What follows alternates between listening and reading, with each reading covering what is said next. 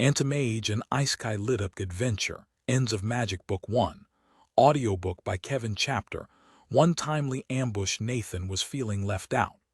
Kachai's blessing meant each of his companions left faint trails of golden light behind them, their bodies limned in a magical glow of the same color. But his mind whirled with what Brox had said. At least some questers have been alive for thousands of years, and they shepherd civilization through the endings, but they disagree with each other about how to do it. He shook his head to clear his thoughts. He could remember Brox's words in detail later. For now, they needed to focus on the upcoming fight. Stella's voice was confident as they walked up the slope. "I'm messaging everybody to battle. It's a few minutes early, but now is the time." Her voice bore the slight resonance of the divine blessing, and it gave her a much more serious air than normal. She sent out message after message, casting multiple copies of the spell with a smooth confidence he rarely saw from the excitable mage. It seemed like the magic of the blessing didn't just enhance physical fighting. They reached the top of the peak and stood there without fear. Given the magical glow of Kachai's blessing, it wouldn't take long for them to be noticed. The camp looked much the same as it had previously, with hundreds of colored tents scattered across the valley floor. Mages walked the paths between tents, and groups of brightly robed people were eating an early breakfast together under the last moments of night.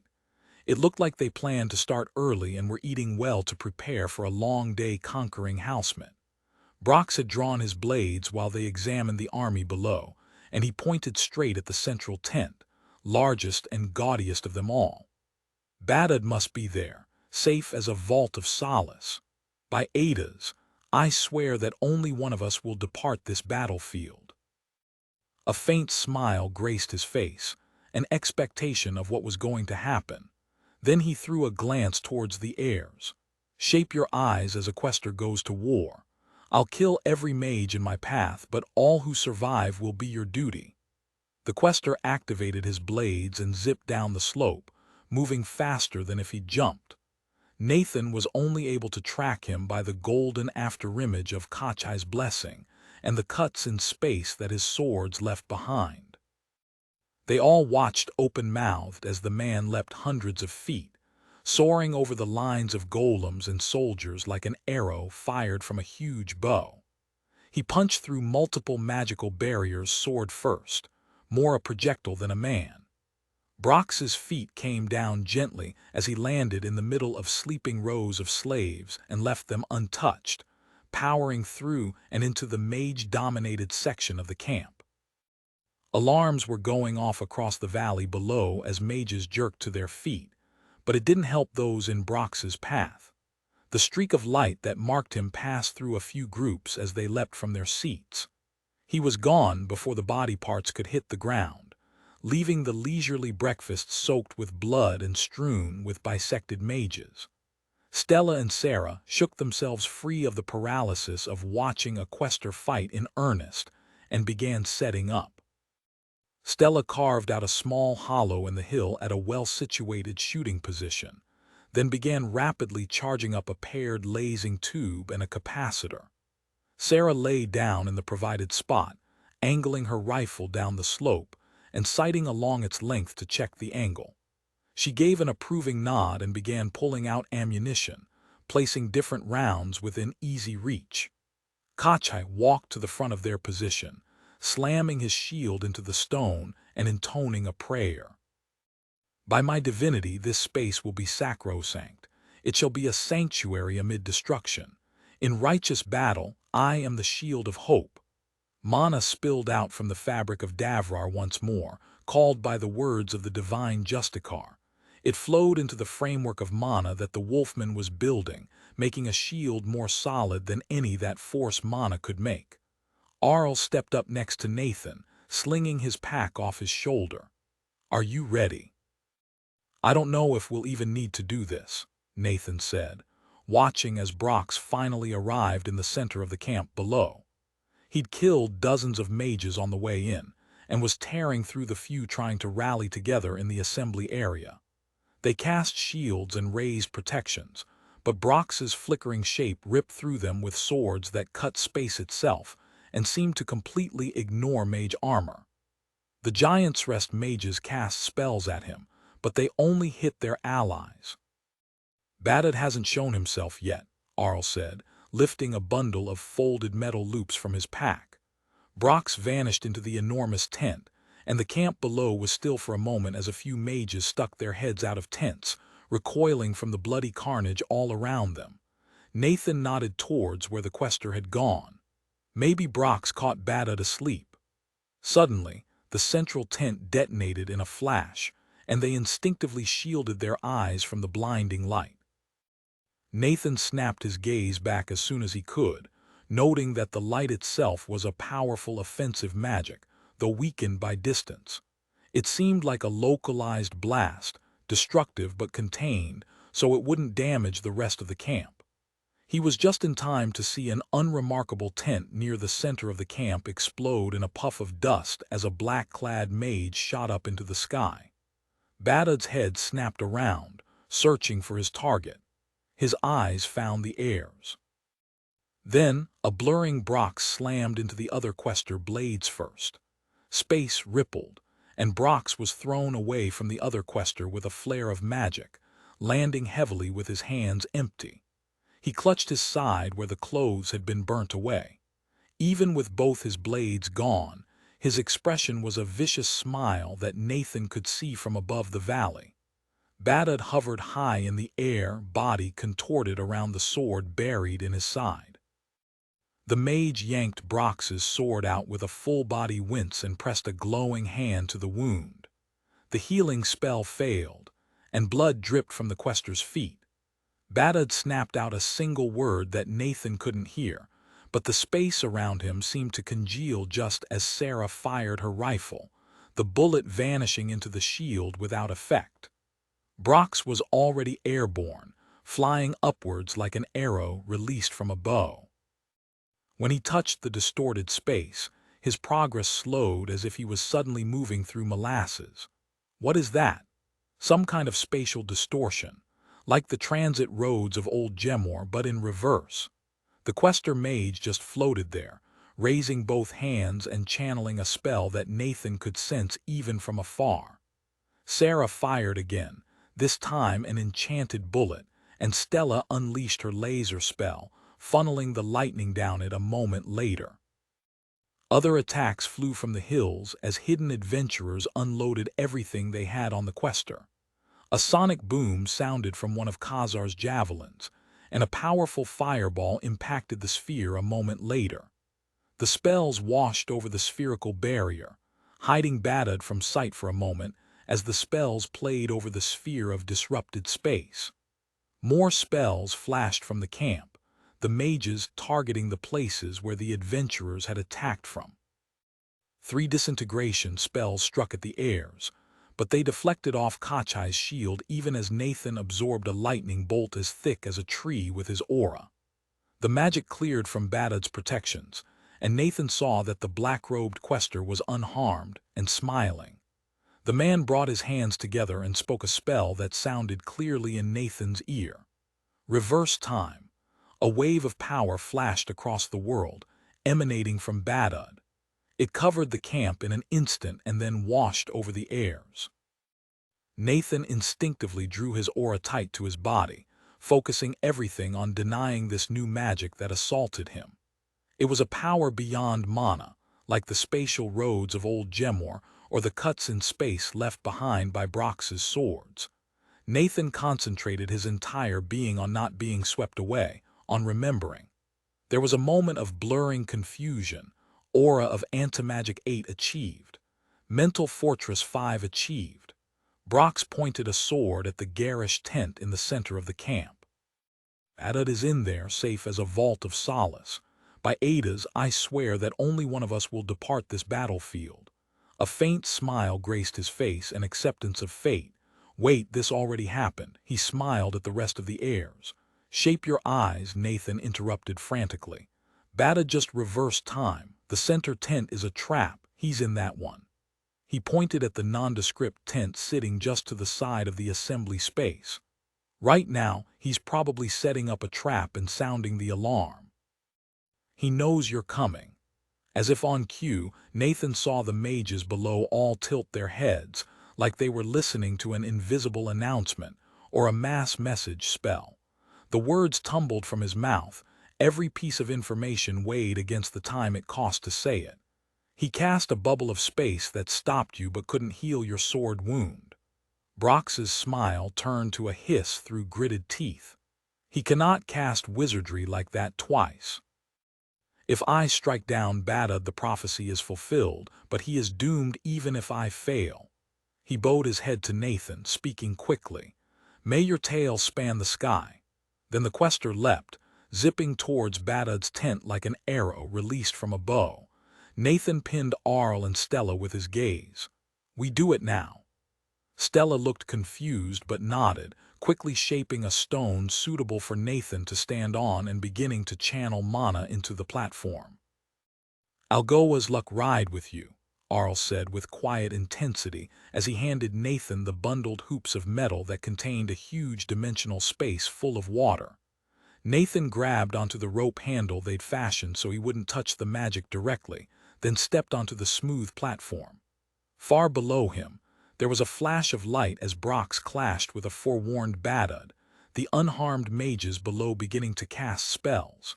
He gave all of the heirs one last look. See you on the other side. Then he turned back to the army and allowed his rage to sweep through him. He felt his desire to destroy the slavers, the excitement of challenging his enemy, and the knowledge that he had the tools to do it. Stella launched him into the air.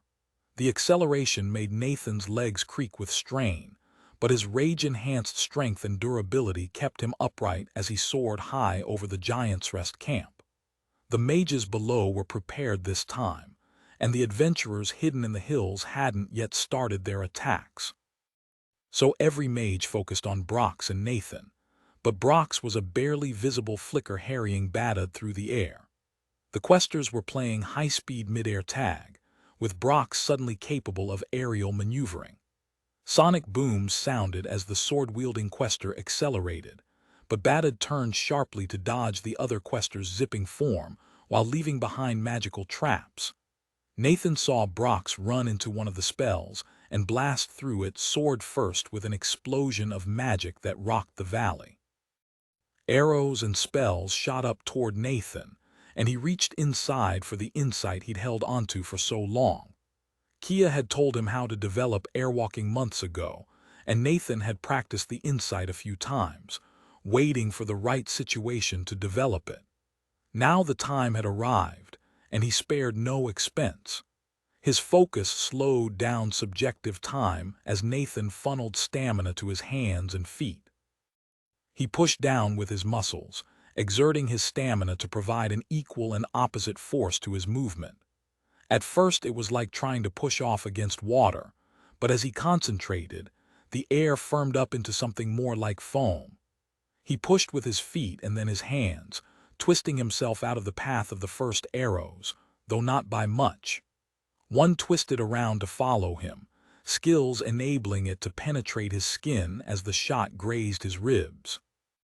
Nathan hissed even as his aura intercepted a half-dozen lightning bolts and shards of conjured ice. The surge of stamina went straight into his limbs, and all of a sudden he was pushing off something hard and unyielding. Congratulations, you have developed the high-tier slow fall talent into airwalking. Beware, it is harder to rank and develop non-tiered talents. Permanent talent. Airwalking, you have developed slow fall into the permanent ability to move through the air. This talent will allow you to use stamina to push off of air with any part of your body. The greater the force exerted, the greater the stamina required. The sudden force exerted by his push caused Nathan to lose control and start spinning with a yelp. He regained himself easily, and the sudden jerk had helped him avoid the next volley of attacks. He used the momentary break to survey the camp below, straining his focus and alertness to the limit to take everything in. He'd flown wide of the center of the camp, and the army below had started to organize with surprising speed. Slave elites were waking up and picking up weapons, and the mages were forming up into squads to coordinate spells and reinforce shields. The questers' duel proceeded a little ways down the valley, but Nathan's attention was caught by 6 figures who'd appeared in the very center of camp. One of them glared at Nathan with a focus so intent it tweaked his noticeability. Exia stood there with 5 other archmages, and he could feel the magic boiling off of their shields. All 6 had their eyes fixed on Nathan. Alertness 3 achieved. It's gonna get fun here in a moment, but first I need to get into position. Spells and weapons arced down into the valley below as the hidden adventurers started their attack. 4 shields shattered, already damaged by the battle between questers, and mages died. Stella's laser shot out, and the accompanying lightning killed a pair of war mages through their mage armor. A crackling javelin penetrated the quadruple-layered shield bubble around the archmages, but Exia's jewelry flashed, and the projectile passed a hair's breadth in front of her face. That was one of Khazar's. One of the other archmages turned and made a dismissive gesture. A disintegration spell as thick as a battering ram flashed across the battlefield and took a huge bite out of the ridge the javelin had come from. More mages turned to return fire on the hidden adventurers. Did Khazar just die? The adventurers are gonna get wiped out with 6 archmages throwing around spells like that. I need to draw their attention. Nathan screamed his rage down into the valley below, pushing stamina into the shout as he wrenched his vocal cords and flexed every skill to make himself as eye-catching as possible. Mid-tier noticeability 10 achieved. Mid-tier battle cry 4 achieved. He flared his anti-magic wide, catching stray spells and drawing them into a circle around him, making dozens of spells collide with each other and explode before the magic was absorbed. The effect created a light show as different spells combined to make a vortex of magic with him at the center. Congratulations, you have developed the mid-tier noticeability utility skill into high-tier noticeability. Utility skill, high-tier noticeability. You will know when others' eyes are upon you and can spend focus to shift their attention. You can also guide their notice away from other events. Drawing all of the attention on the battlefield had its own problems, and Nathan had to exert his new talent to the limit to dodge hundreds of projectiles coming his way. Many were just spells, but Nathan needed to protect his payload. He needed to maintain the magic on the bunched metal loops, for now. Battle meditation 10 achieved. A wall of arrows and spells rushed upwards, and only with the extra processing time of focus and the mental clarity of battle meditation did he manage to thread the gaps. Nathan twisted and pirouetted, ricocheting between hands, feet, and even knees. With airwalking, every muscle group in his body could adjust his momentum and take him out of the path of another arrow. Airwalking 2 achieved. Congratulations, you have developed the high-tier dodging footwork, utility skill into effortless dodge. Beware, it is harder to rank and develop non-tiered skills. Utility skill, effortless dodge. This skill will help you move to dodge attacks easily. He accelerated up into the sky, trying to position himself over the center of camp. Nathan leaned into his run as airwalking seemed to generate a surface under his feet with every step. He felt like he was running across a terrain of his own choosing. High-tier sprinting 9 achieved. Nathan checked his stamina. He'd been using it without worry, and was relieved to find that he still had a full tank. Another volley of spells rose in his direction, but Nathan was higher up now. The extra distance and his new skill made it much easier to make his way through the projectiles. He was almost in position, high over the center of the camp. A bare flicker of his mana sense warned him of something new, and Nathan barely twitched past a spell from Badud. It shot by at insane speeds, brushing his hip and making the bones vibrate so hard they cracked in dozens of places. That wasn't normal magic. It was like the time magic, affecting the world on such a deep level that I'm not immune to it. But I can still vaguely sense something going on there. Magical Perception 10 achieved. High Tier Tumbling 9 achieved. He dodged a few more spells, the magic of the normal Giant's Rest mages moving at a leisurely pace in comparison to Badad's spell. Then he was ready, 600 feet over the center of the Giant's Rest camp. Nathan seized the dimensional artifact he'd carried into the sky. It was well crafted and made of powerful materials, and at first the ancient magic resisted him. But he focused his strength and anti-magic into the loop of metal, sundering the dimensional enchantment within. The space within the artifact cracked, unleashing its contents onto the camp below. Chapter 2. A battle of giants. Water exploded out from the broken artifact in Nathan's hands, blasting him into the air. The forces involved in so much water exiting from such a small space were immense, and his hands were wrenched sideways at high speed, ligaments in his shoulders tearing even as the force cracked ribs and jerked his head back. It would have killed him without his multiple durability enhancements, and even so there was plenty of damage for perfected body to fix.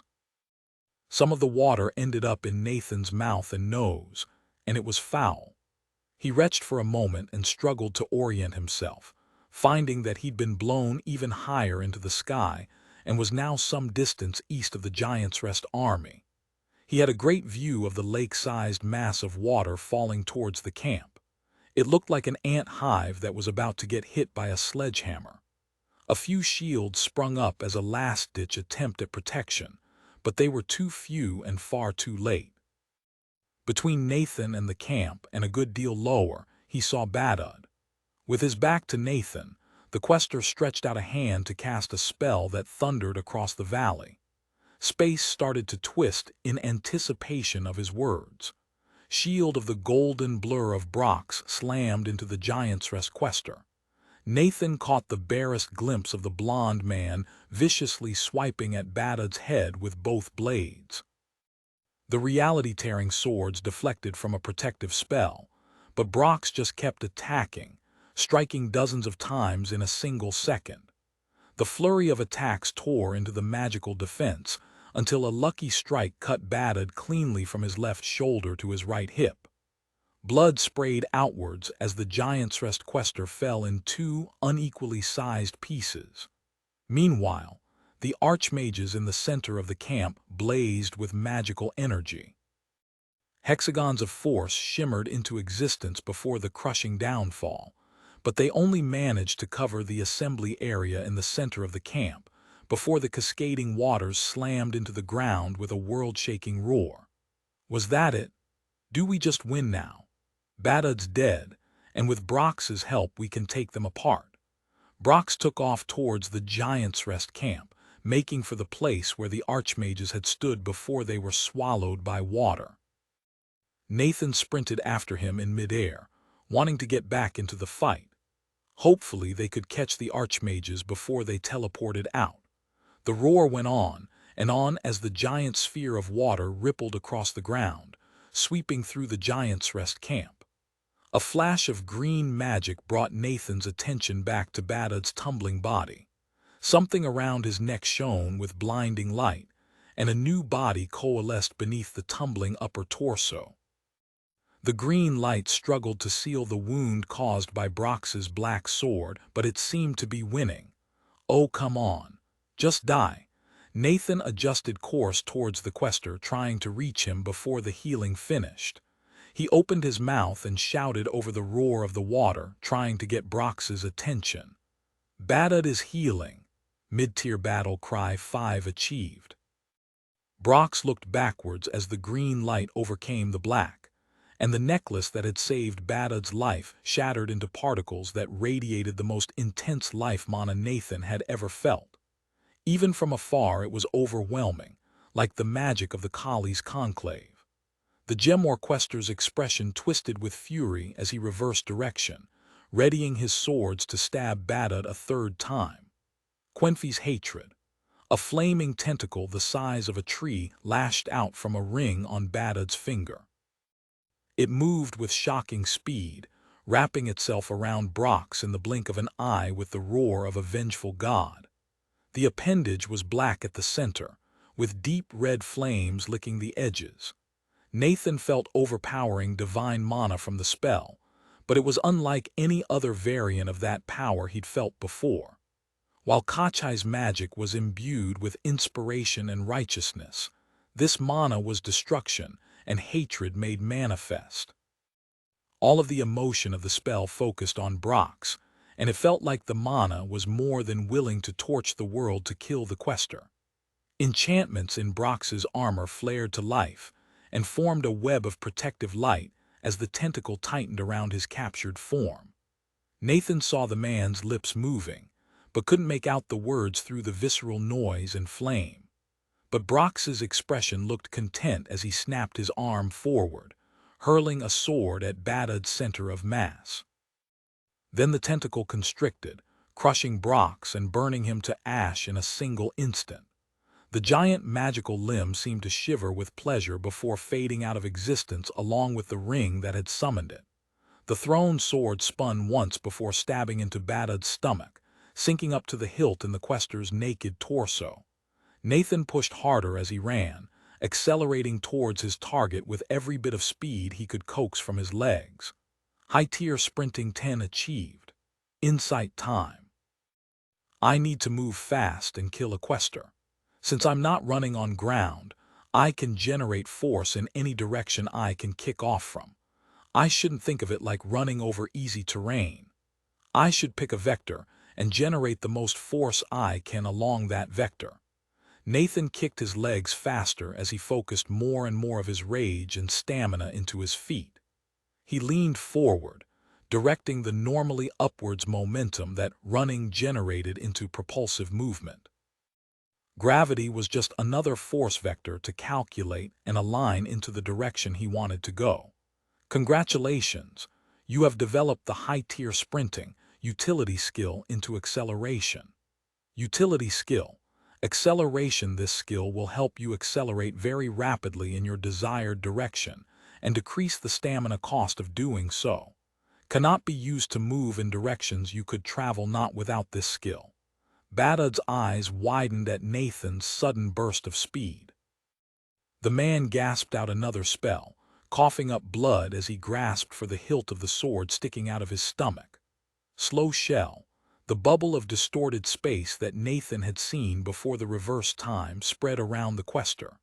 Another ring blazed with green light on Badud's hand, battling against the growing blackness of the wound.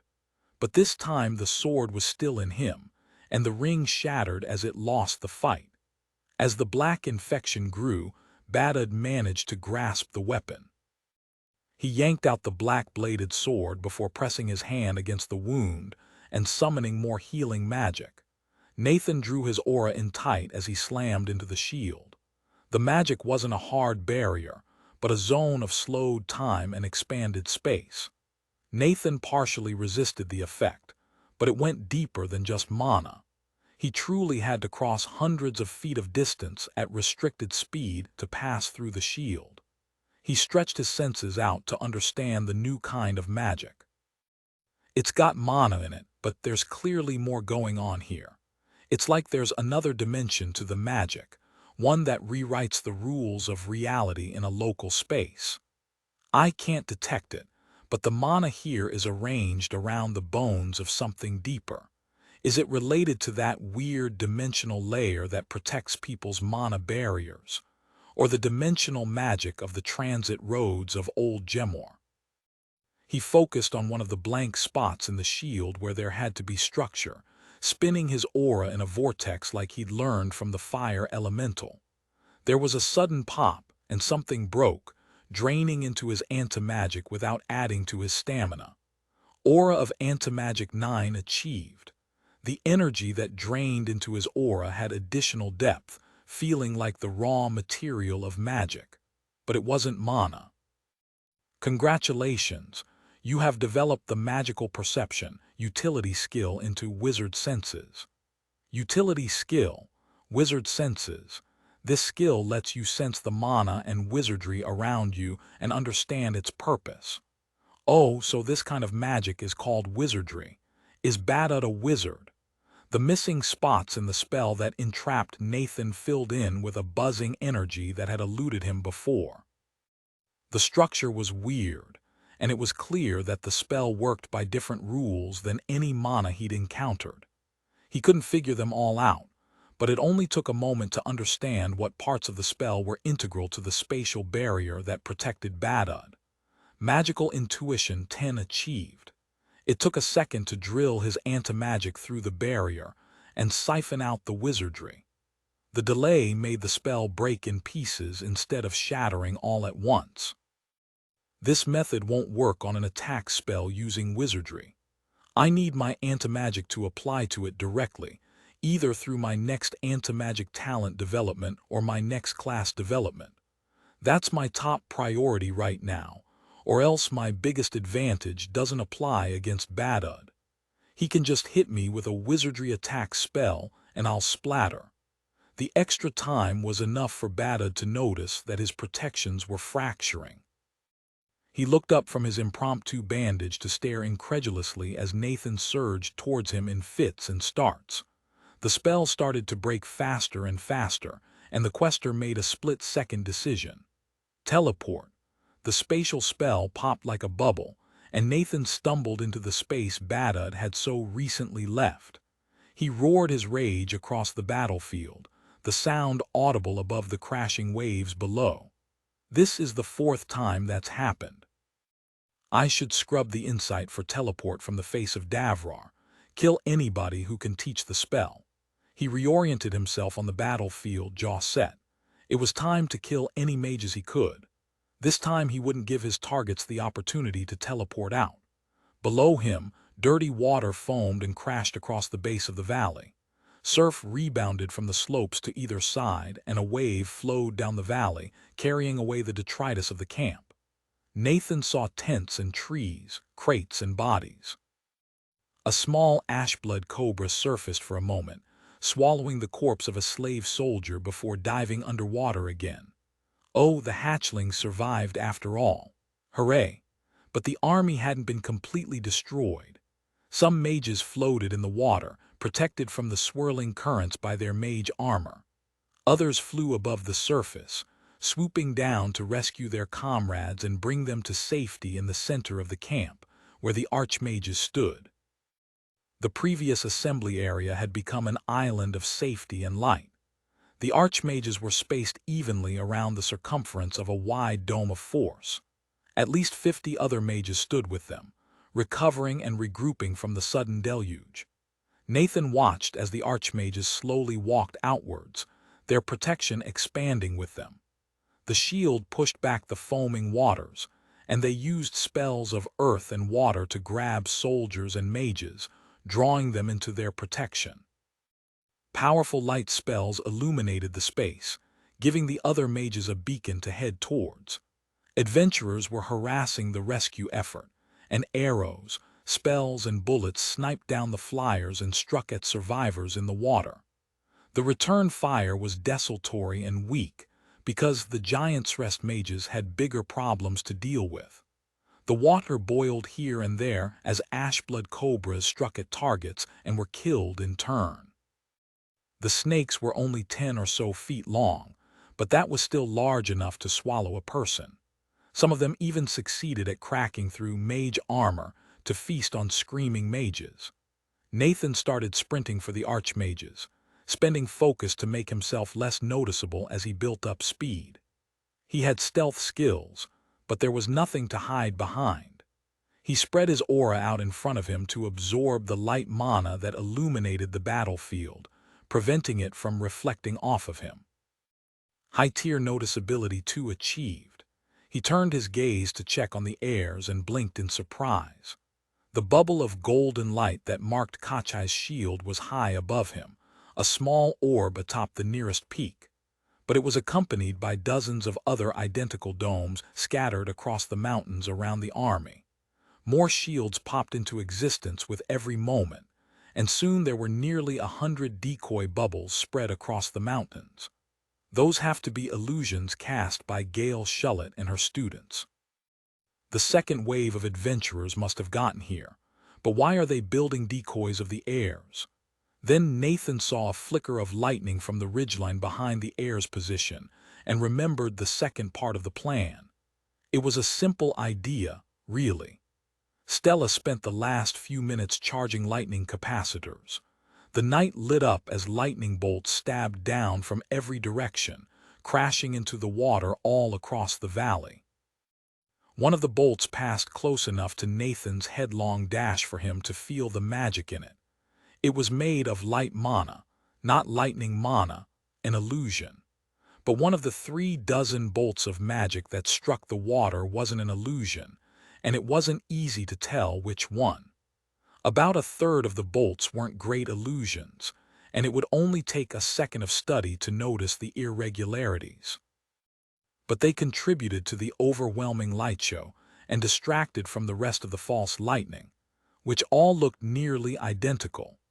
The water steamed as the torrent of lightning continued, sparks of electricity jumping from the foaming waves and occasionally reaching up to grasp a low-flying mage. People in the water convulsed as their mage armor spells popped, the protections failing in the face of so much power. The electricity surged with power for a few seconds longer before all of the spells cut off at the same time, leaving the valley in abrupt darkness. The bubble around the archmages held firm against the arcing energy. The people inside had been stunned by the sudden attack but rallied with a vengeance, sending spells back at the golden bubbles. They hammered the decoys with fireballs, spears of ice, bolts of lightning, and disintegrate spells. A few of the bubbles vanished and several flickered before reappearing, but most seemed to shrug off the attacks without impact. Illusions. I hope most of the trickery mages were far enough away to avoid getting caught by the attacks on their decoys. Nathan had been watching the heir's bubble. It had taken a direct hit from a huge fireball and came through entirely unscathed.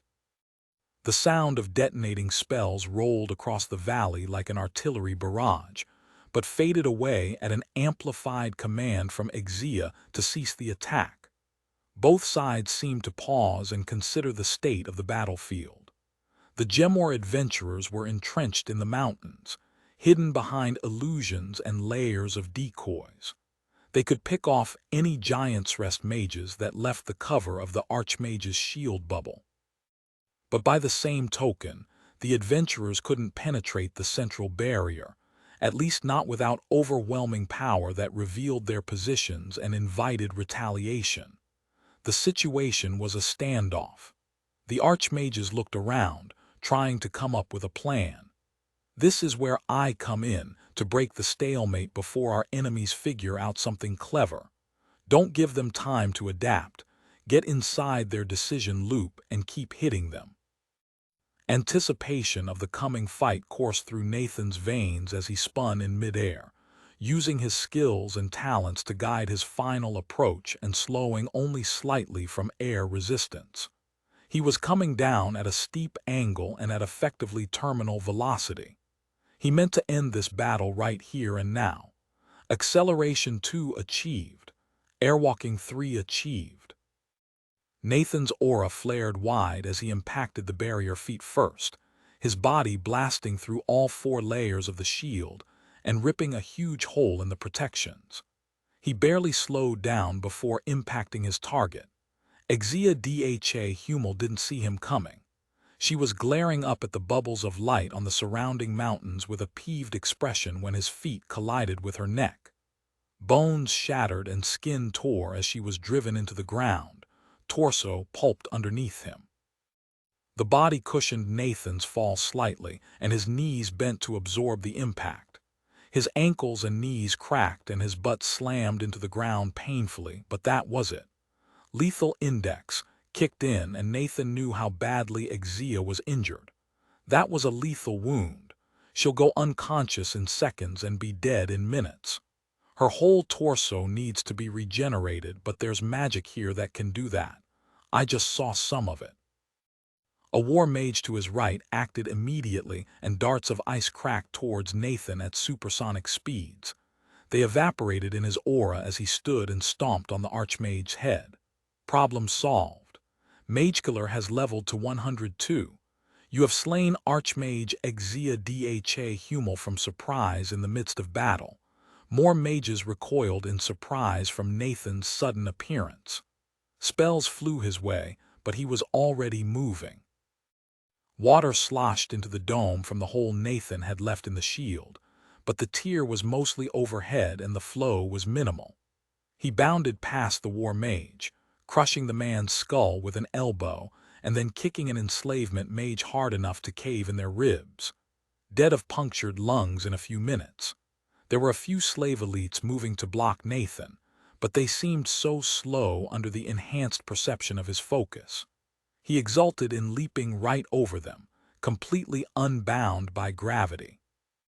He ricocheted between targets, striking down more mages and keeping the momentum going. He angled along the edge of the dome on his way to the next archmage, slicing the gap in the shield even wider with an extension of his aura. Nathan outran the gushing water, heading towards his target. Magekiller has leveled to 108. You have slain the mages Bazin Dho Hummel, Hest Dha Meds, Vikrus Dho Kilo, and Berger Dho Idrasai in pitched battle. The next archmage glared at Nathan with an expression of pure contempt, raising a hand to cast a spell that reverberated across the battlefield.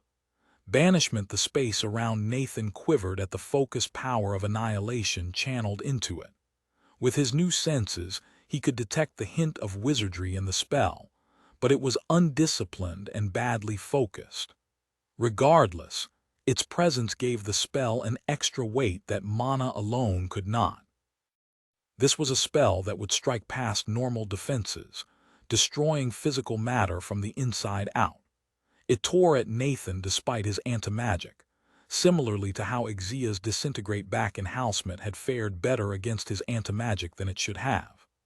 The spell was imbued with authority that reached past mere mana, but his anti-magic was boosted by rage, and Nathan gritted bloody teeth as the skin across his body split and then healed, the magic of the spell crumbling away with the job undone. Nathan's fist barreled towards the archmage's face, but 5 heavy metal plates interposed themselves in front of his foe. The enchantments that animated the shields were crude but sturdy, and it looked like they'd been roughly forged in the last few days. There was a gap between the plates, just big enough for him to slip through. Instead of falling for the obvious trap, Nathan juked up and sideways by pushing off the air with a knee and elbow. The shields rose to meet him, keeping themselves between him and the archmage. He turned and pushed with his legs to shoot towards the mage's feet, tucking into a ball to bounce past the plates as they slammed into the ground just behind him. Their sharpened edges and immense weight cracked the stone beneath him. High-tier tumbling 10 achieved, but Nathan was already through. He smashed through mage armor like it wasn't even there and cannonballed into the man's legs, taking him down in a flailing tangle of limbs. A dozen powerful defensive enchantments activated to freeze Nathan solid, hurl him away with force, re-establish the shield and heal any injuries the archmage had suffered. His aura ate them all, and Nathan rolled atop the archmage. The man's eyes narrowed with hatred for a split second before Nathan's fist went through his face and into the soft tissue behind it. Prognosis: dead. Magekiller has leveled to 112. You have slain Archmage Channel Dho Pelogi in battle. The metal plates clattered to the ground as Nathan sprang into the air to avoid the knee-high wave of fetid water sweeping across the bottom of the dome. The remaining mages fled, gaining space, while the elites waded through the water towards him. The 4 surviving archmages were grouped up to present a united front. They were all men, and they glared at Nathan with expressions ranging from fury to disgust. The leftmost archmage's head exploded as an enchanted bullet flew through the gap Nathan had torn in the dome and penetrated his mage armor. Stella's laser followed close behind, missing the archmages but nailing a trio of war mages who stood just behind. None of the three red robes survived the lightning that crackled down a split second later, blasting a crater into the ground and casting their smoking bodies aside. Nathan's focus ran out and he grimaced internally. He wouldn't be able to move as precisely or perceive things as clearly until it regenerated. But his rage, the thrill for battle, pushed him forward and towards the foe. Nathan yelled wordlessly and began to charge. There's only 3 archmages left. How hard can it be? They all cast teleport within the course of a single second, fleeing the battlefield just as the sun illuminated the ravaged valley from directly overhead. Chapter 3, battles ending. A few more mages cast teleport to follow their leaders to safety, vanishing with quiet pops. The remaining mages stood in stunned silence. They huddled together, looking hopelessly around at the devastated valley. Just minutes ago there had been a proud camp here, luxurious tents of many colors housing hundreds of mages as they prepared to march on Halsmet. They'd been escorted by thousands of slave soldiers and legions of golems. A quester had led them, accompanied by 6 archmages. It had been an army fit to conquer a nation. Now the quester and archmages were gone. Their camp had been flattened by a lake's worth of water, and fewer than 60 mages had survived the deluge in the center of the camp.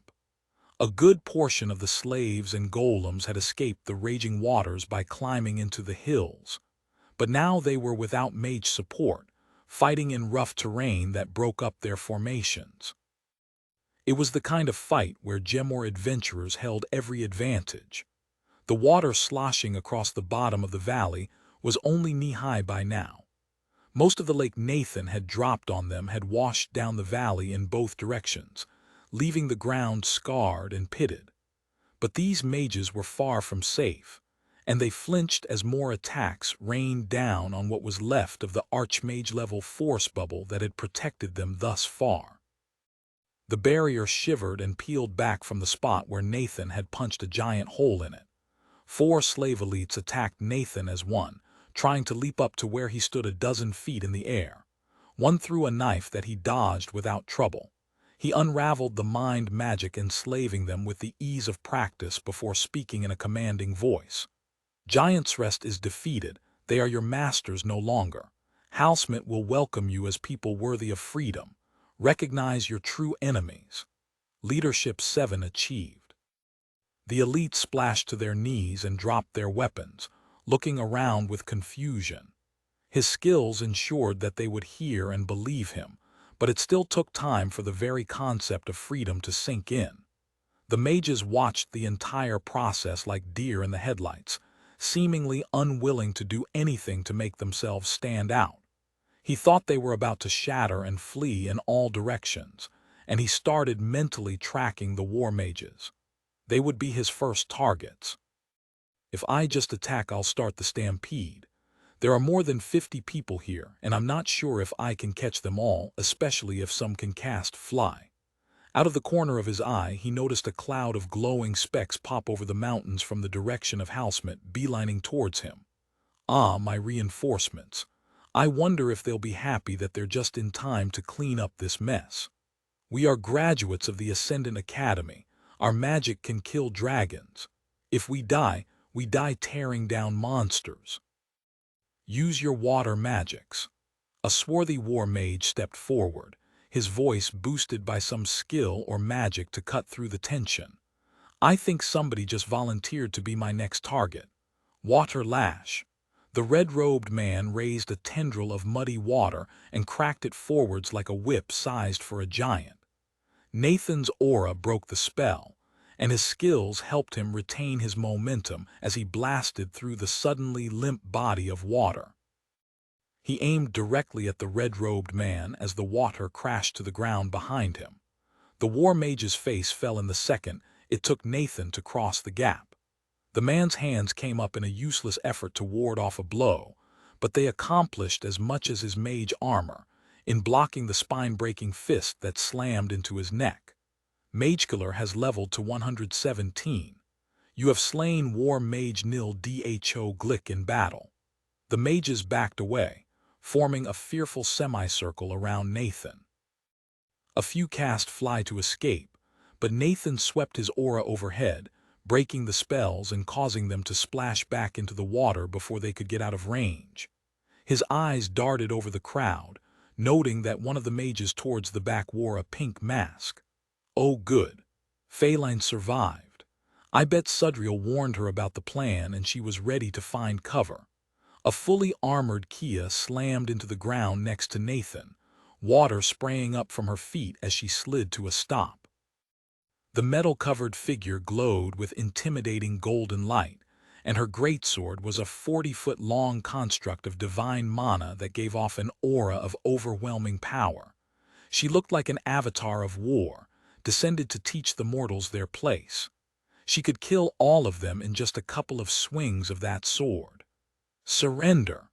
The divine warrior's voice boomed out across the valley, heavy with the weight of divinity.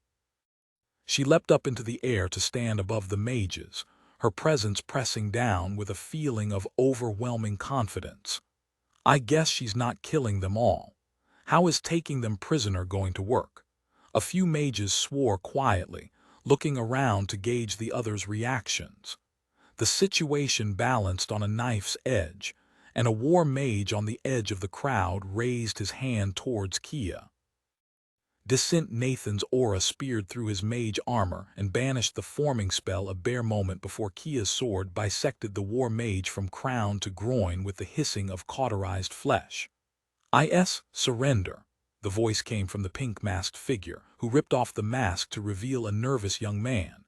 Phelan's disguised form swallowed nervously, a prominent Adam's apple bobbing. She made a gesture and fell to her knees in the shallow water. I just dispelled my mage armor. Don't kill me. Kia's sword made a whirring noise as it whistled overhead, unmarked despite the man she just killed. Her glare was a tangible thing as it pressed down upon the mages, though many of them stared back with fragile arrogance. Kneel or die, Nathan said in the most threatening voice he could muster, jumping into the air to stand next to Kia. The mages knelt in a sweeping wave, dispelling barriers and mage armor as they did. A few projectiles continued to rain down from the nearby hills, but Kia swept them from the air with her sword. She addressed Nathan but kept her eyes on the mages below.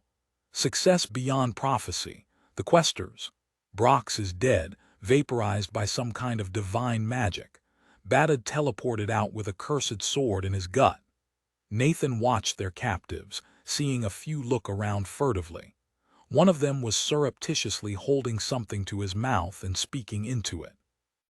Nathan swept his aura through the enchanted item, disrupting the message device and shattering the mage armor that hadn't been deactivated. The man flinched and looked up in sudden terror. Adventurers and freed elites splashed into the water all around as the rest of the Guardians of Gemor arrived, dropping their passengers onto the battlefield among the kneeling mages. The gathered adventurers held their weapons at the ready above the prisoners. Feline stood up with flair, throwing off the robe she'd been wearing to reveal her familiar slim figure and black leather outfit. She transformed in the last few seconds and seemed to have appeared from nowhere. True aim, now slay them all. Hold! Kia's shout blasted across the valley, catching blades before they could descend. Hear me, if you kill them, you earn my wrath. They are prisoners, not enemies. Will you hold them yourself? They will break any oath and kill any guard. Feline sneered. Would you take their eyes and tongues? One healing spell, then they can cast deadly magic once more. Kia reached up and removed her helmet, red blonde hair spilling down her armor and floating in the breeze as she yanked it free. Her blue eyes glowed with righteous anger, and they locked onto Phaline's green gaze. The situation had the delightful ambience of two battleships sighting in on each other. Have you ever attempted to awaken them from evil? Kia's voice was soft, but it carried clearly across the low churn of water. You kill, for that is your path. Your blaze would be brighter if you turned your foes from the paths you hate so much. Everybody present was looking back and forth between the two elite adventurers as they argued. They each had a magnetic presence, like actors on a stage. This really doesn't seem like the time for this. Feline started chuckling, and seemed like she was about to ramp up into a full-fledged cackle when an exasperated voice cracked through the dawn like a whip. Truly, you two leave me in muck-grabber shit. Sudriel descended upon a pair of enchanted metallic wings that emerged from a harness on her back. She carried her enchanted spear and frowned down at the kneeling mages. She gave Nathan a deep nod of acknowledgement before turning an unfriendly glare towards Kia. If we follow your light, how shall these prisoners be kept? War and enslavement mages cannot be imprisoned. That's a truth set in stone. Kia's head swiveled to where Nathan stood on thin air. How deep does your anti-magic go, Mage Breaker? Wait, what? Implacable Anti-Mage has leveled to 243. You have won a battle against an army of mages attacking your home and killed 2 archmages. Please choose a developed class from the following list to continue leveling, as you have unlocked a higher level than 243. Potential classes. Anti-Wizard. Your path is to counter the deepest magic. This class will make all parts of your anti-magic directly apply to wizardry, and will give you insight into the secrets of this reality-bending magic. This class may further develop to stabilize reality around you or to shape the wizardry around you. This class will let you effectively fight the most powerful magic users on Davrar. Invincible. Your path is to stand against your enemies, no matter how they attack you. This class will dramatically enhance your toughness, as well as allowing you to heal from complete destruction so long as you have stamina. It will also enhance your airborne speed and maneuverability. This class may further develop towards being able to reincarnate even after total defeat, or becoming invulnerable to outside forces. This class will let you survive any disaster and carry your knowledge into the future. Mageban. Your path is to kill mages. This class will enhance your speed, as well as enhance the reach and weight of your aura to allow it to harm mages directly. This class may further develop your aura to be a physically tangible effect, or to kill with it. This class will make you into an absolute counter to those who wield mana. Thief of Sorcery. Your path is to steal magic from those who wield it to use for your own purposes. This class will allow you to manipulate magic cast in your presence and temporarily drain mana you understand. You will be able to shape this mana into spells for a short time before it is fully absorbed. This class may further develop towards absorbing and storing others' magic to use on demand or combining stolen magic together into new forms. This class will allow you to use every kind of magic so long as you can steal it. Void of Magic. Your path is to deny the magic of Davrar. This class will dramatically expand your aura and allow it to effectively resist wizardry you understand. It will also allow you to render a target forever anathema to mana, unable to ever again use or cast magic. This class may further develop towards banishing magic and wizardry over a wide area, or denying the subtle effects of magic and wizardry over an entire region. This class will allow you to contest magical might across an entire battlefield. Zealot, your path is to rage against your enemies. This class will dramatically enhance your speed and strength, intensifying your rage to match your antipathy against your foe. This class may further develop to allow you to move faster than the eye can track, or enhance your strength beyond the merely physical. This class will make you an unstoppable fighting machine. Nathan blinked at the sudden class choices, the knowledge imparted directly to his brain. His jaw dropped open as he scanned the options. That's a lot to consider. I only just learned about wizardry and now it's in 2 of my class choices. Well, I've seen wizardry before. I'm pretty sure the spatial roads of Old Gemor are wizardry and I copied the fire elemental's wizardry to drain mages. Being able to counter it seems important, especially with Badud's reverse time spell. Nathan, Sudriel's voice was worried. Can you kill this problem? She winced and looked down at the cowering mages where they knelt in the water. Those are words I regret. Maybe I need to think, he responded, holding up his index finger to tell them to give him a moment as he frantically parsed through the opportunities available. Do I take my class choice now? This is a monumental decision, and Kia is pushing me into it, intentionally or not. I could refuse to pick this moment and push this responsibility back onto her. She chose to demand their surrender. She can figure out what to do with the prisoners. I do think she wanted to force me into considering non-lethal options.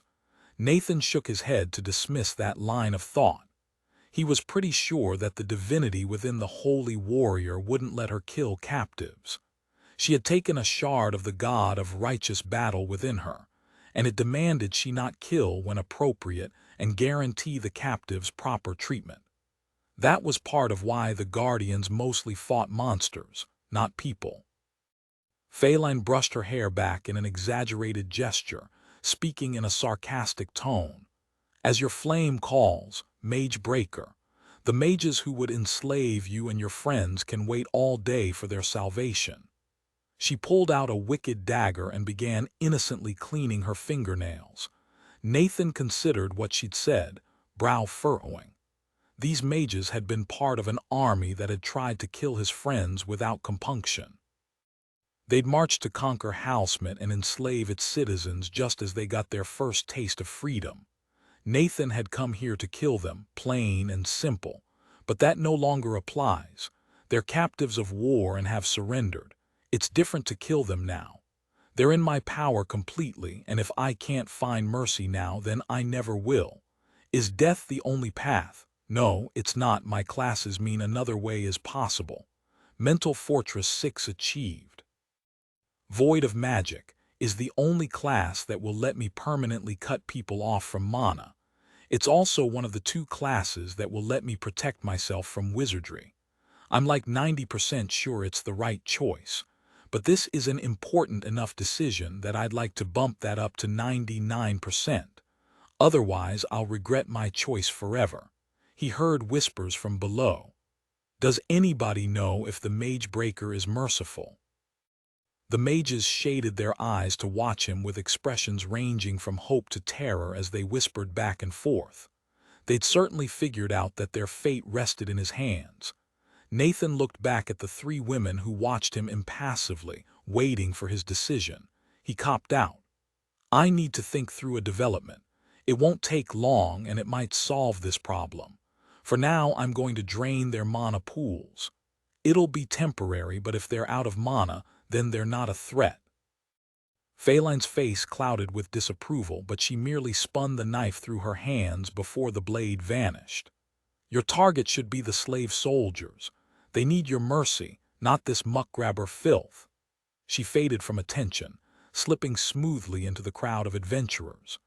Kia merely nodded at Nathan's words, replacing her helmet on her head and launching herself back into the sky. She rejoined the Guardians, and they zipped off into the hills under Dalo's mass fly spell. A few of the surviving war mages flashed a few quick hand gestures to each other as Nathan stepped down towards the gathering. They were subtle and quick, but Nathan caught the gestures and could tell that they were about to try something.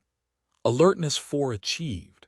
He slammed his aura down upon them, causing spells to wink out in their hands.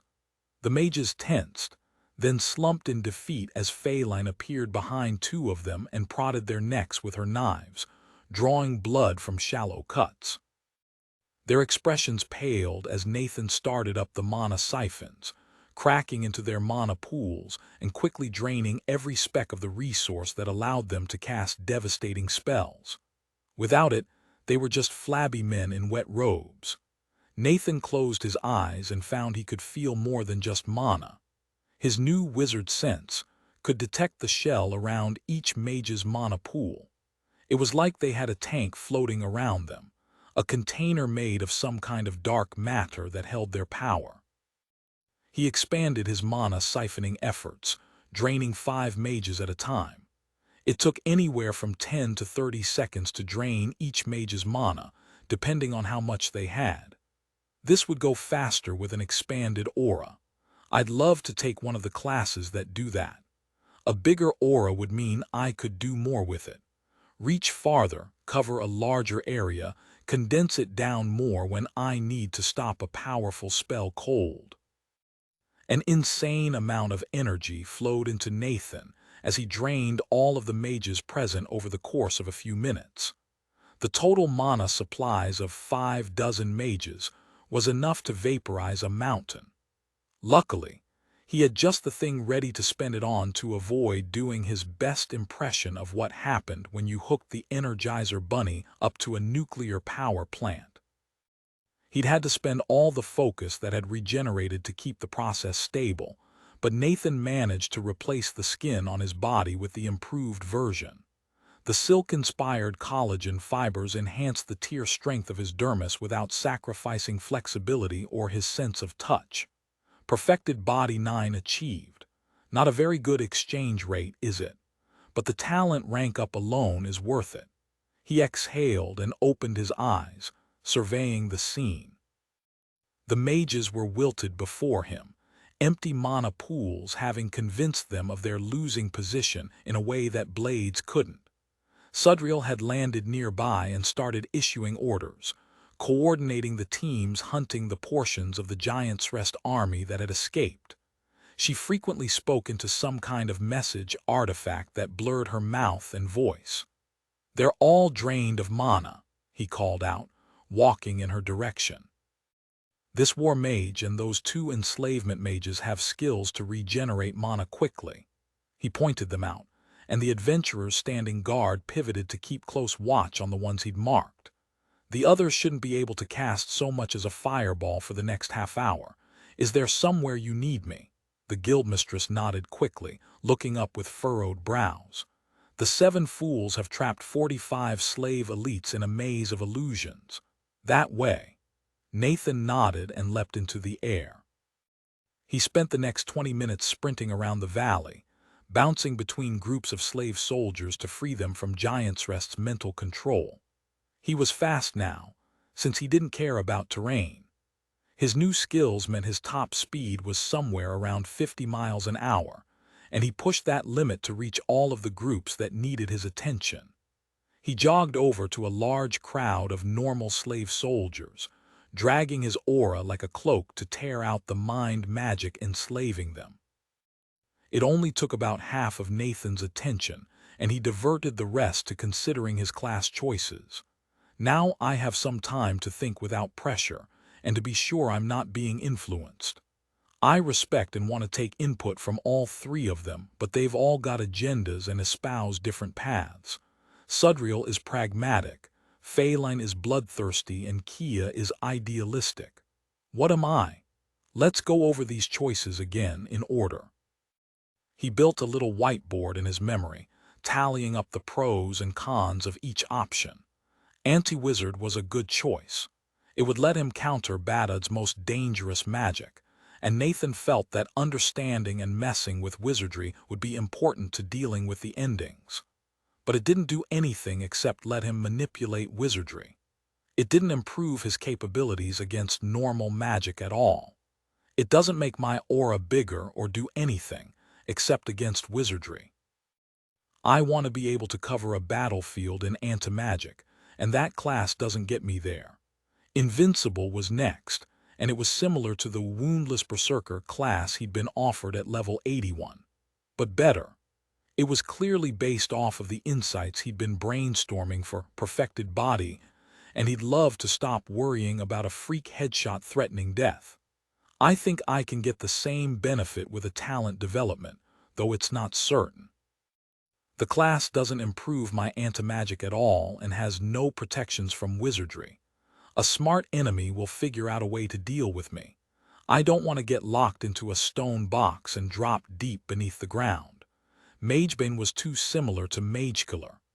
The speed and aura improvements were tempting as heck, but it really made him worry about his 2 paths becoming too similar.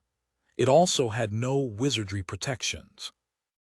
I should really just stop considering anything that doesn't protect me from wizardry. That reverse time spell was terrifying. That left thief of sorcery out in the cold, which was a crying shame. Nathan loved the idea of the class, which would let him steal magic for his own purposes. He could absorb spells from Stella to cast himself. But it also didn't protect him from wizardry at all. I can probably develop my anti-magic talent to deal with wizardry. But it's not certain. I don't know what kind of insight that would require. My anti-magic has already developed once at the unique tier. It'll take a hell of an insight to develop it again. And I would need wizardry to practice on. It seems like the kind of thing where I'd be depending on a mid-battle development next time I fight Badud. That seems like a terrible idea. Also, Thief of Sorcery also doesn't expand my aura at all or really improve my anti-magic beyond letting me grab spells. Then there was the class he'd almost picked already, Void of Magic. It expanded his aura, gave him options against wizardry, and also let him permanently cut mages off from magic. It would let him spare the captured mages, giving him an alternative to killing every mage of Giant's Rest he fought. That's important. It means I have another option than killing my enemies. Sure, they might think being deprived of magic is a fate worse than death, but it gives them the opportunity to learn, to change. And I can still kill them if I need to. But what Void of Magic doesn't do is give me insight into the secrets of this reality-bending magic, like Anti-Wizard does. But that's what wizard senses and magical intuition are for. It feels like the most efficient use of my class skills. His eyes widened slightly as Nathan connected some more dots. Void of Magic would almost certainly help me make anti-mages. If I cut somebody with a free talent slot off from magic, they would probably get the talent. Strangely enough, I think that's the deciding factor. I want to teach my anti-magic to leave behind a legacy that can resist powerful mages. He spent just a moment considering Zealot for the sake of completion. It was a powerful class that would let him stand up to powerful melee fighters. But he was leery of rage enhancements in general, and it didn't enhance his anti-magic or protect him from wizardry. It might be worth it if he was going to fight the Agman Empire, but that wasn't the challenge in front of him right now.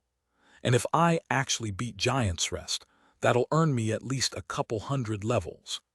Nathan approached the center of the valley again, looking down on the huddled mages and their guards. In making his own choice, he would grant them one of their own. They would be able to choose between their life or their magic. Thank you for listening to the story on KevinAudio.com. Chapter 4. Cast from Power. Nathan had made his decision.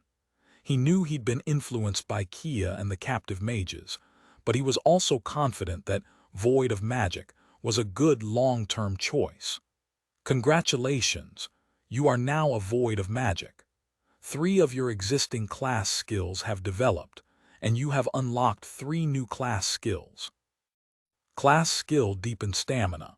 Your stamina capacity is tripled. Stamina will accumulate during periods of rest and can be spent to improve the speed and strength of your movements, or used for other skills or talents that utilize stamina. Class skill Anti-Mage Impassivity has become void of feeling. You are detached from pain and injury, and mind-affecting skills will be ineffective while in combat. Class skill Anti-Magic Momentum. Motion enhances your inherent anti-magic, allowing you to break magical effects with your movements and blows. The greater the momentum behind the motion, the greater the enhancement. Effect is further enhanced while raging. Class skill Raging Thrill. You can voluntarily enter and exit a rage state where you will be immersed in the thrill of combat. This will rapidly consume stamina, but will greatly increase your strength, speed, and resilience to damage. Class skill Implacable Inertia. Your motions carry significantly greater momentum, and any attempt to slow your movement is hindered. Magical effects will be almost completely unable to change your velocity. Class skill Unarmored Resilience. When not wearing armor, your body becomes more resilient to damage from all sources. Class skill improved anti-magic has become magic anathema. Your anti-magic talent is greatly enhanced, and your aura will excel at degrading and capturing all magic. Class skill strenuous agility has become airborne agility. You will move more quickly and easily, especially when reorienting your body in combat. Stamina spent on mobility will have a greater effect. This skill is substantially more powerful while you are airborne. Class skill hand-to-hand expertise. You will be faster, hit harder, and be more skilled at unarmed combat. New class skill voluminous aura. Your aura will be larger and more potent, able to spread farther from you and be more powerful when concentrated. New class skill denial of wizardry. Your anti-magic will degrade wizardry. The better you understand the wizardry at play, the greater the effect. New class skill mana severance. You can use your aura to sever a target from the mana of Davrar, permanently destroying their mana pool and preventing them from manipulating mana ever again. Void of Magic is now level 286. I'll need to do that another 10 times to get to 729. Some of the effects of the new class were immediately apparent. Nathan's jog through the sky became faster and more efficient. His aura billowed out, easily tripling in volume. It took some effort to gather his anti-magic, so he didn't start accidentally disenchanting the gear of the adventurers below him as he ran through the sky, back towards where the captive mages still knelt on the ground. Most of the water seemed to have drained away, revealing a muddy field carpeted in debris. Supplies, corpses, and dead giant snakes were strewn across the base of the valley. Most of the Ashblood cobras had been killed by Stella's lightning spell, but a team of adventurers was checking to make sure they were all dead. Nathan landed next to Sudriel with a squelch, shoes sinking a few inches into the waterlogged ground. She was talking to Olad and a couple of adventurers, pointing around the camp towards various locations. Somebody had cast a muffle spell so the prisoners couldn't hear what she was saying. Her message, Artifact, buzzed as he approached, and she listened to it and swore. "Harpy tits," she turned to Nathan with a scowl. "Khazar's dead. We only lost a few teams, but the Gleaming Fist were elite mage killers." Her expression was stony and calculating. "Giant's Rest will raid again, and we have fewer teams to ward them off. I probably shouldn't be feeling relieved, but his death certainly simplifies things. Still, hard to muster up any regret after how he goaded Simla and then blamed me for his death." The guildmistress cocked an emphatic eyebrow and gestured towards the prisoners. "We follow your light, now make the ending's damned decision." Nathan responded with confidence and a bit of pride. "I can sever them from magic permanently. They'll never be able to cast a spell again. By the giant's fist." Oled's voice was raw, and he cast his gaze towards the surrendered mages. "I'd say they deserve death, but severing their magic, that is a doom I will treasure." Sudriel sighed and rubbed her forehead with two bony fingers. "Do it. We need every adventurer to secure this battlefield and collect loot. I'll have the guardians take the prisoners back to Gemor on your word. They'll live as long as a goat in a stalker nest if I send them to Halsmith." Nathan nodded and airwalked over the muffle spell to the prisoners. They watched him approach with trepidation. The guards, on the other hand, wore expectant expressions. "Do I warn them about what I'm going to do?" "I don't see the point. They try to break free again, and the alternative is death. If I force them to choose, then a lot of them will choose death for emotional reasons. Once they've actually experienced being severed from mana, they can decide for themselves later on. Maybe it won't be as terrible as they assume, and some of them can pursue a second life as cooks or whatever." Nathan stopped in the middle of the cluster of kneeling mages. His aura now covered the entire group, and they shivered at the touch of his anti-magic. These men and women had trained for years to be able to reshape the world with a word, and it was completely useless in the face of his power. I remember when I first accepted that magic was real here. I was so excited by all of the possibilities of combining science and magic. Then I learned that Giant's Rest used magic to enslave and dominate, and I used anti-magic to escape. What would that Nathan say about ripping the magic from people, ensuring they would never again cast a spell? Would he be able to understand why I'm doing this? Nathan sighed deeply, closing his eyes and sinking into the feeling of his anti-magic swirling around his enemies. Vortices formed, punching through a dozen of the non-physical shells that contained the mana for each mage. He targeted those who had regenerated any significant amount of mana, draining it in moments. He wasn't sure what to do next, but felt his new class skill guiding him to push more of his aura through the barrier and into the now empty spaces that had once been full of power. His aura flowed orthogonally to the physical world, entering the metaphysical space of the mages, mana pools. It wasn't fast, and Nathan paid careful attention as his anti-magic filled the mana space of the weakest mage. There was resistance, but he stuffed more aura into the container like you'd stuff a pillow into a small box. The boundaries of the mana pool flexed and cracked in a way that had nothing to do with material properties. The entire construct seemed to be at least partially formed from tightly wound wizardry, and he felt the non-physical container bend in ways it couldn't tolerate before shattering. The components of the wizardry that allowed the mage to cast flowed into Nathan's aura. A faint gasp sounded to his left, and somebody slumped to the ground. Nathan braced himself for something to happen as the strange energy dissipated. Nothing seemed to change. The shards of metaphysical weight had fizzled away to nothing in his anti-magic. Wizard senses too achieved.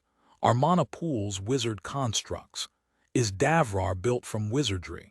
Or am I just understanding more about the deeper structure of reality, and that's what wizardry also manipulates?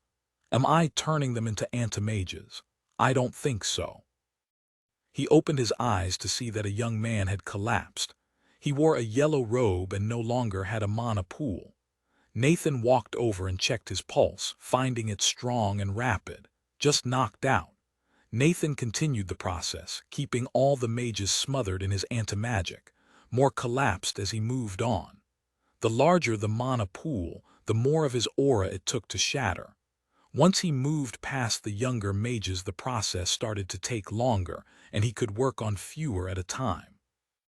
The prisoners were confused, but they knew he wasn't killing them. They weren't sure what was happening. Some tried to protest, to cry out against this unknown fate, but the elite standing guard kicked them back to the ground until Nathan got around to shattering their ability to wield magic. He felt mildly sick about using this opportunity to examine and interface with wizardry. He was experimenting on unwilling people, causing them to suffer in the process. He paused and took a deep breath to center himself. He wasn't stripping their magic for the purpose of experimentation. This needed to happen anyway, and it was critical that he learn what he could from the experience. I think I can develop magical intuition here. I didn't get the understanding of wizardry from Anti-Wizard, but I can get it by developing my utility skills. The insight can come from this practical experience with dozens of Davrar-provided wizard constructs. The war mages, mana pools were enormous, and Nathan saved them for last. He'd need a majority of his new aura to disable each of them, and once he severed the rest of the mages, he'd have more to work with. But the red-robed combat-trained mages had been biding their time. They sprang to their feet together when Nathan was at the far end of the crowd of prisoners. They'd clearly trained in some kind of physical combat and used surprise to overpower the adventurers watching them. By the time Nathan spun around, they'd knocked the young Gemor adventurers down and were wrestling for their weapons. The first of the three war mages clutched at his neck, blood suddenly gushing between his fingers. Phelan's dagger had cut from chin to spine, and she faded into view splashed with blood. The The second mage got tackled by Olad. Bones cracked as the huge elite pinned the bulky figure to the ground and bent his spine alarmingly far backwards. The last mage had succeeded in wresting a blade from the adventurer he'd knocked over. He rolled atop the young man and stabbed the weapon down towards the young man's face. Nathan was halfway there when Sudriel's spear went straight through the mage's chest. The thrown weapon left a gaping hole where a heart had once been, throwing the mage off the young adventurer. Gore sprayed out in a cone behind the man, but the spear suddenly reversed and slapped back into Sudriel's hand with a thunk. She held the weapon ready, poised to throw again. "Don't stay petrified in place," the old woman called out. "Finish this deed." The guildmistress lowered her spear and issued another order: "Pin the rest down." The fighters guarding the mages followed her orders, viciously slamming the still-conscious mages to the ground. Nathan picked up his pace. He'd severed about half of the Giant's Rest captives and spent focus to speed up the rest of the process. The additional attention let him proceed faster with the fiddly aura manipulation, but he once again felt the difficulty of pulling off fine manipulation with his aura. He continued to examine the wizardry that made up the mana pools. It worked under different rules than normal mana, and was more complex than Badad's spells, but he didn't have the frame of reference to know if it was just more elaborate or beyond it entirely. If it's the same as Badad's spells, then that probably means the system of Davrar itself was constructed by powerful wizards a long time ago. That would have some significant implications. Eventually, the surviving war mage was the only one still conscious. The red-robed man struggled against Olad's armored bulk, but the huge elite kept the man's face pressed against the soggy ground, a knee driven into his spine. Nathan placed his palm against the back of the war mage's head, sinking his anti-magic into the enormity of the man's mana pool. His aura scratched and tore at the inside of the container, but it only started to crack when 3/4 of Nathan's power was stuffed inside. But this time, Nathan pulled back, halting the process and examining the wizardry that had been exposed in the cracks of the container. It was woven together with a mathematically precise framework, and was clearly made of more than just the wizardry Nathan could now sense. There were gaps in the framework, places where a power other than wizardry held everything together. But the wizardry itself was the bulk of the construct, and it seemed to set the rules of the space it constrained. Mana pools are made of more than just wizardry. That doesn't mean that there couldn't be super wizards that made Davrar, but the system and powers of Davrar go beyond it. Whatever this is, it's manipulating wizardry just like it does everything else. Congratulations, you have developed the magical intuition, utility skill into wizard's intuition. Utility skill, wizard's intuition. This skill helps you understand magic and wizardry, as well as aiding intuitive leaps towards correct conclusions. It will extend to all applications of magic and wizardry, including spells, enchantments, and other effects, but not natural phenomena. Nathan focused his new senses on the message from Davrar, looking for the faintest trace of wizardry. He found none. Davrar could clearly control wizardry, but it was far beyond it. He nodded to himself in satisfaction. The mage underneath him moaned in pain, his muscles spasming as his mana pool strained and cracked. Time to bring this to a close. I don't want to torture him.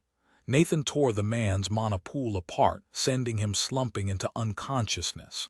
Void of Magic has leveled to 297. You have stripped many Giant's Rest mages of their magic, and they will no longer be a threat to you or what you protect. Nathan blinked at the second message for a second. That makes me feel strangely dirty. I didn't kill them, but Davrar is giving me almost as much experience as if I did. He shook off the feeling and rose to give Oled a hand, leaning back and pulling the huge man to his feet before clapping him on the shoulder. Good tackle, thanks for not killing him. Breaking the magic of a war mage was a useful experience for me. The man spat to the side, barely missing the sprawled figure. This'll cut them worse than death. I like your hope that they could be something better, but I'll take a prophecy where they live without power. He nodded to Nathan, then turned his head to listen to Sudriel. The muffle spell was gone, and the guildmistress ordered them to gather the prisoners together for transport back to Gemor. Phelan's voice cut through the din of adventurers, pitched low and barely audible to his ears. We must wait for the lockdown of Giant's Rest to end before we move. I will find you in Housemate. He looked around and caught a glimpse of her fading back into the crowd, giving him a single flashing wink as she went. Just as well, I don't necessarily want to talk to her right now. We'll regroup later to figure out when we're heading to Giant's Rest to follow up on this victory. I hope having one so completely means we'll have more time. There's a lot of stuff I want to do. But first, I need to check in on the heirs. He squinted up at the top of a nearby peak where they'd set up their firing position. The location was surrounded by blackened and shattered rock from the spells that had been thrown against them, but it looked like Kachai's shield had protected the area at the core of the devastation.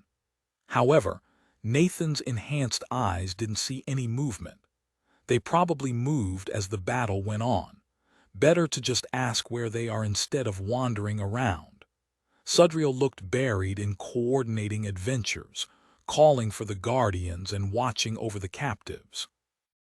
But Nathan didn't need to talk to her. He just needed somebody who could cast message. He spotted the mage Netta and the rest of the old hands picking through the debris of the camp, helping make sure that all of the Ashbourne cobras were dead and taking any valuables they found.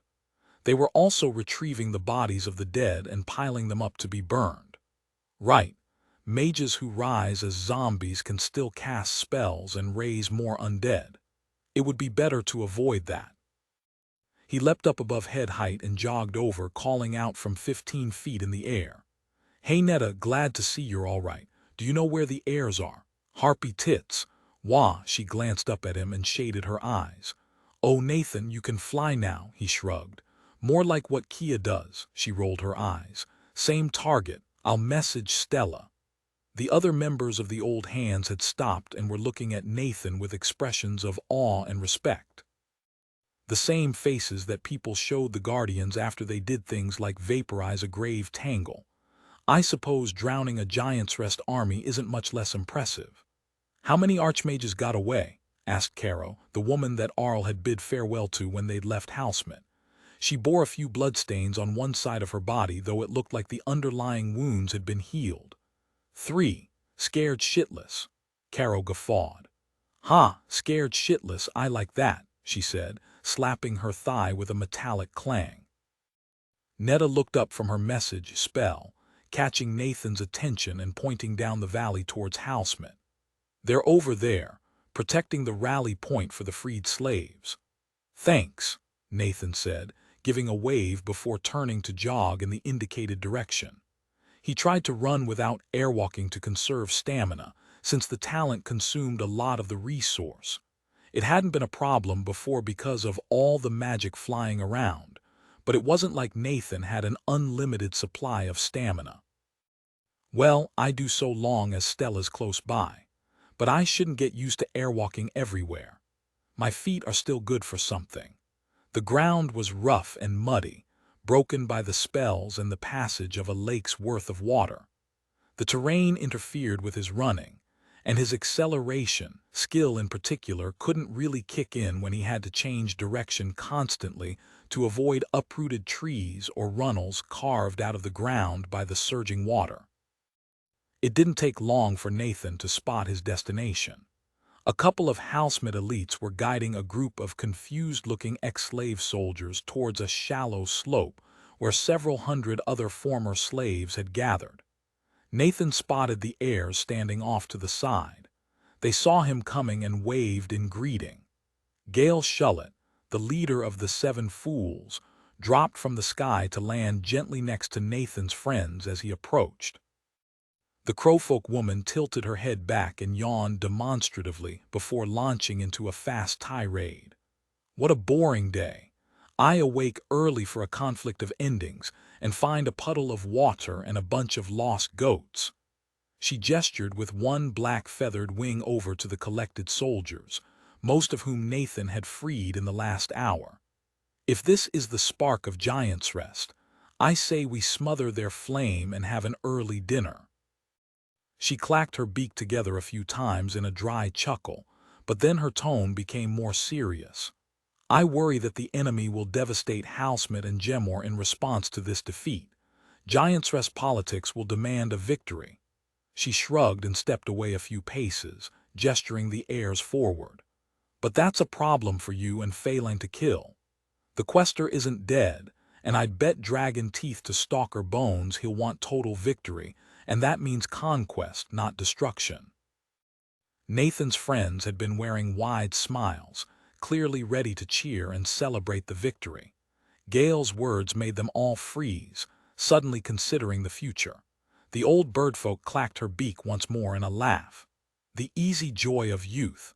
Enjoy your victory, but don't let the light of glory blind you to new challenges. Wait while I gather up a few more groups of lost little goats, then you can escort them all to Housemut. The old crowfolk woman faded into invisibility. Nathan tracked her as she zipped off, back into the mountains to gather more freed slaves. Arl rubbed the back of his neck. The older adventurers need to have their fun. Because we took the glory, his sister said with a smile, punching him in the shoulder. Kachai's expression was more restrained. Brock's won this battle. The power of questers is beyond prophecy. Stella frowned at the ground, kicking her feet. Yeah, what he said. I understand a bit more of why he acted that way. What a fate. Are we putting ourselves on the same path? The heirs looked troubled, but Stella's expression morphed into a superior smile. Hear me, I'm free from regret.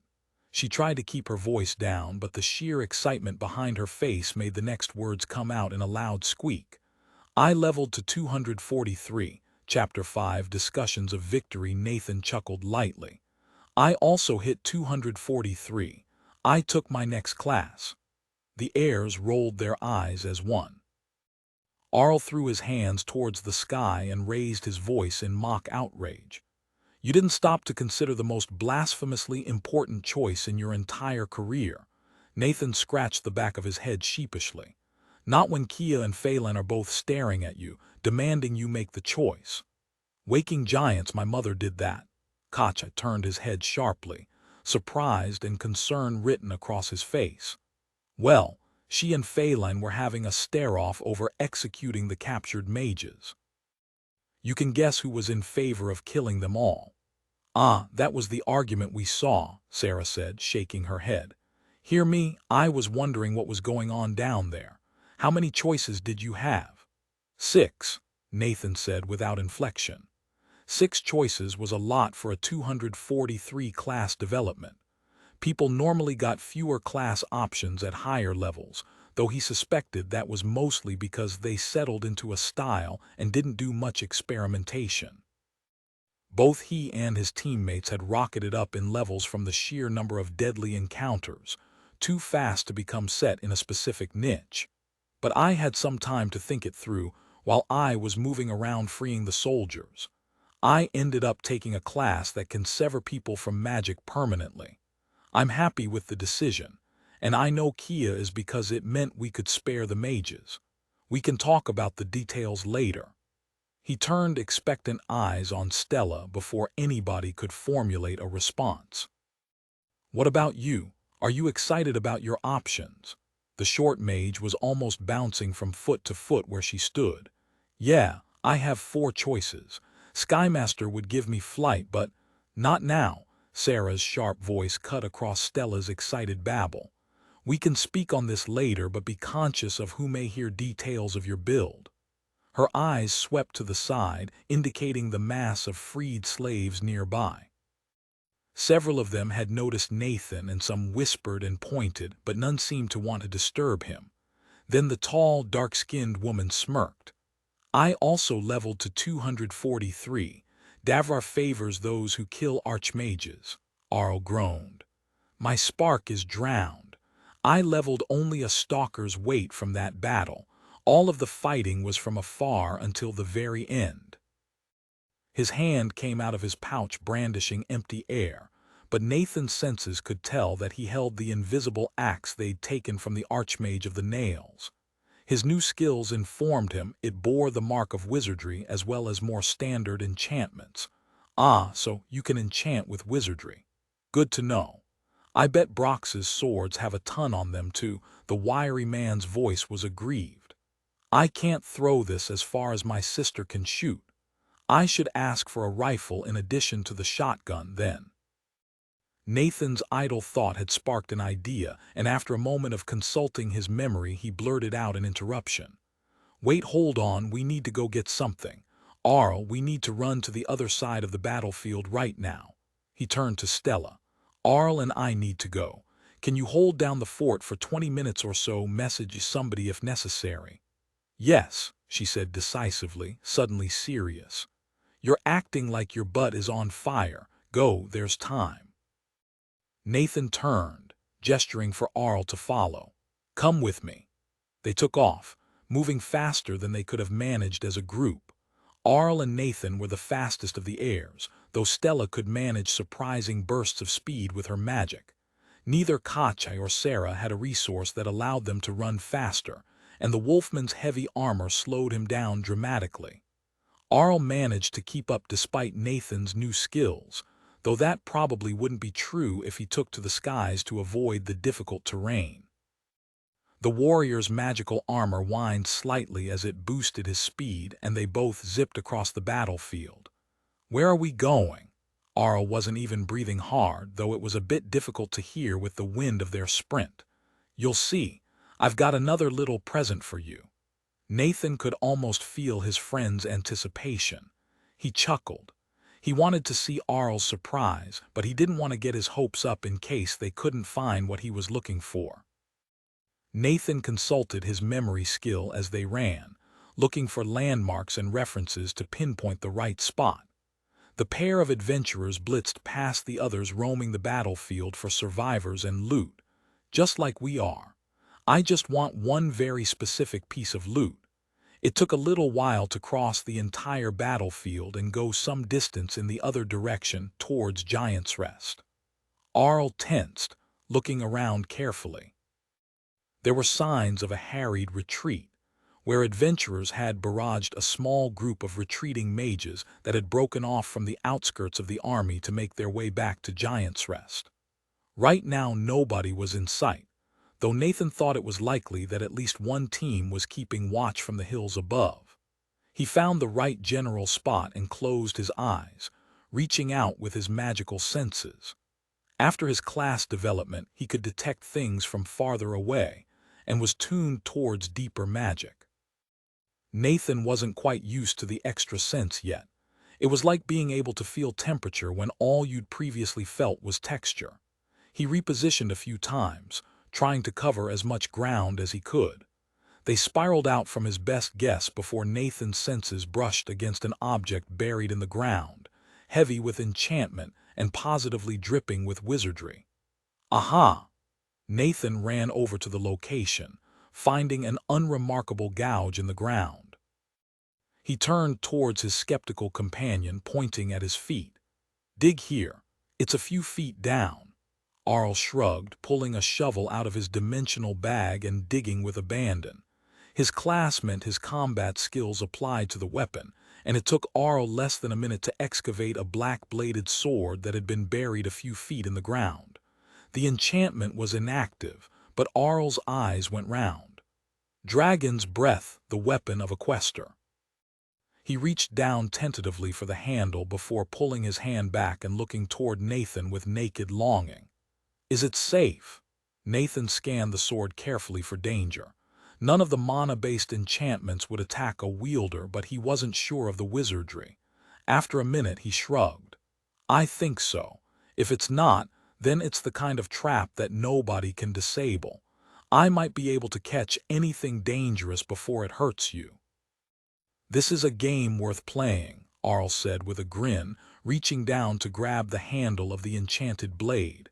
He hefted the black sword carefully, smiling wider as nothing happened.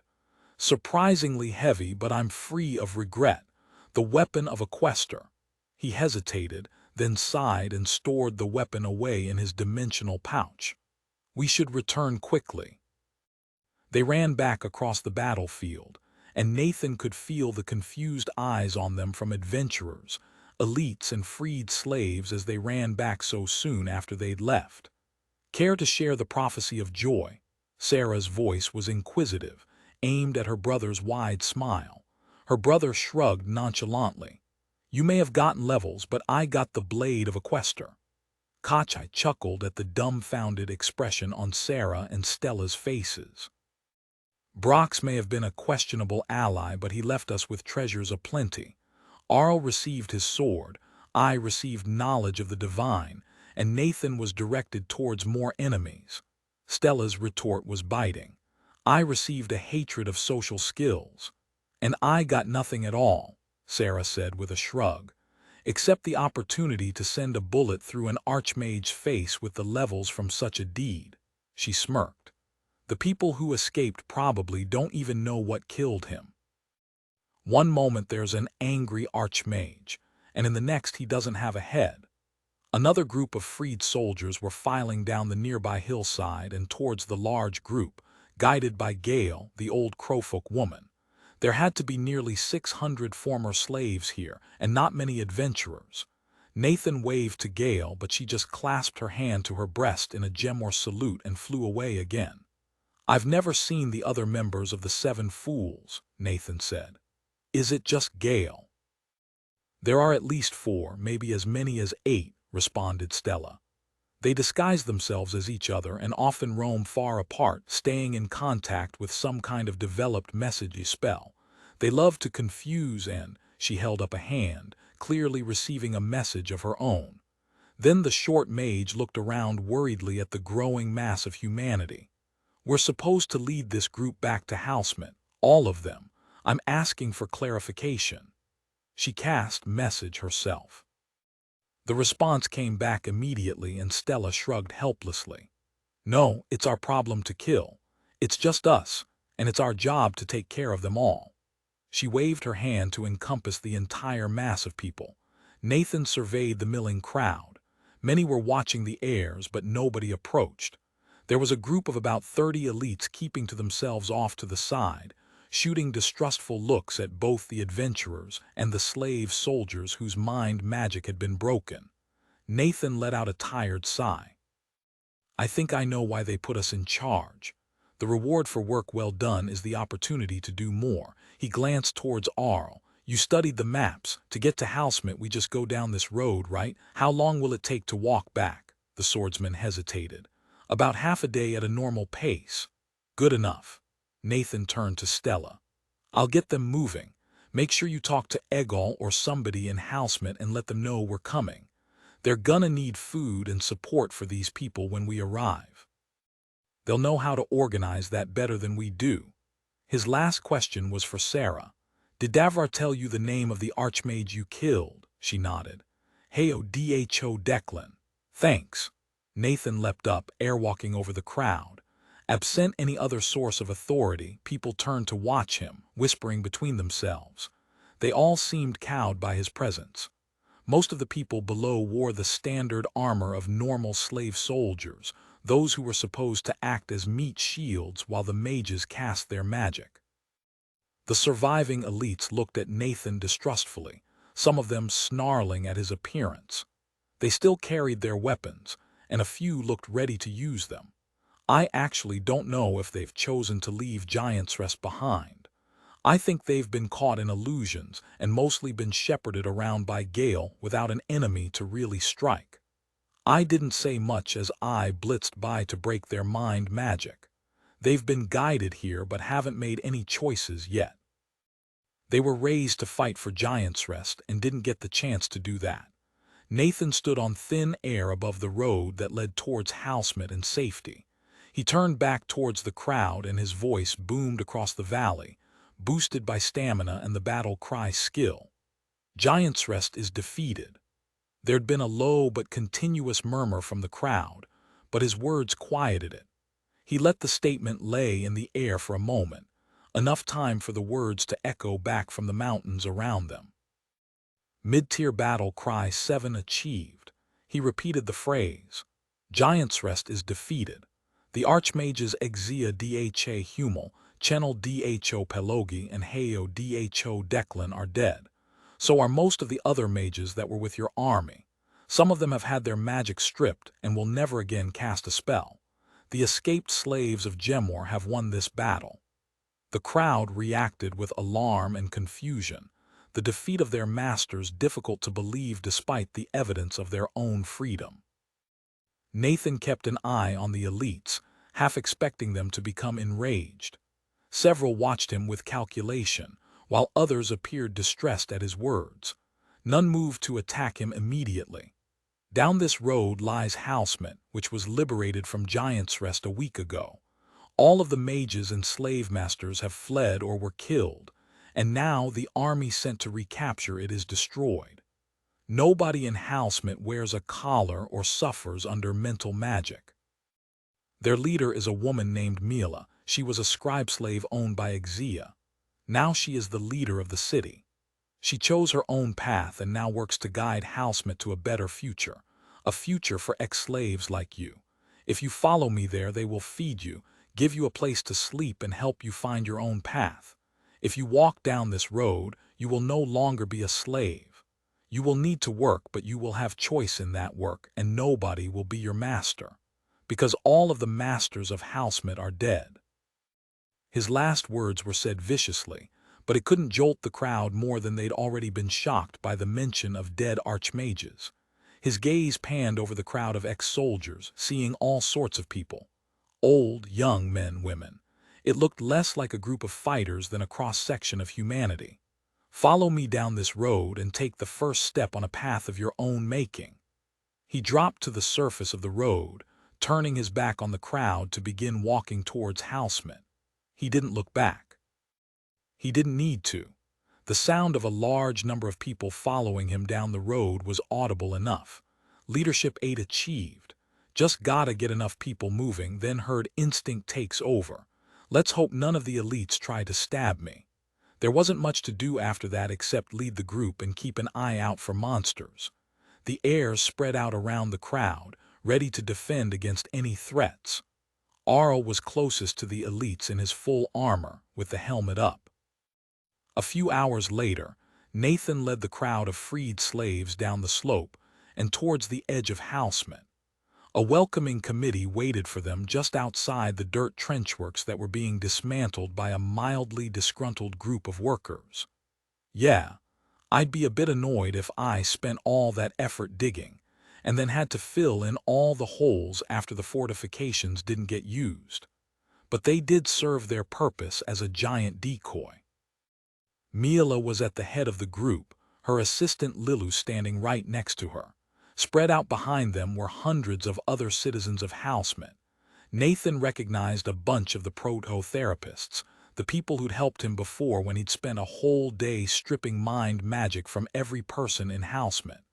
The mayor of the city bowed to Nathan as he approached. She spoke formally, voice pitched to carry.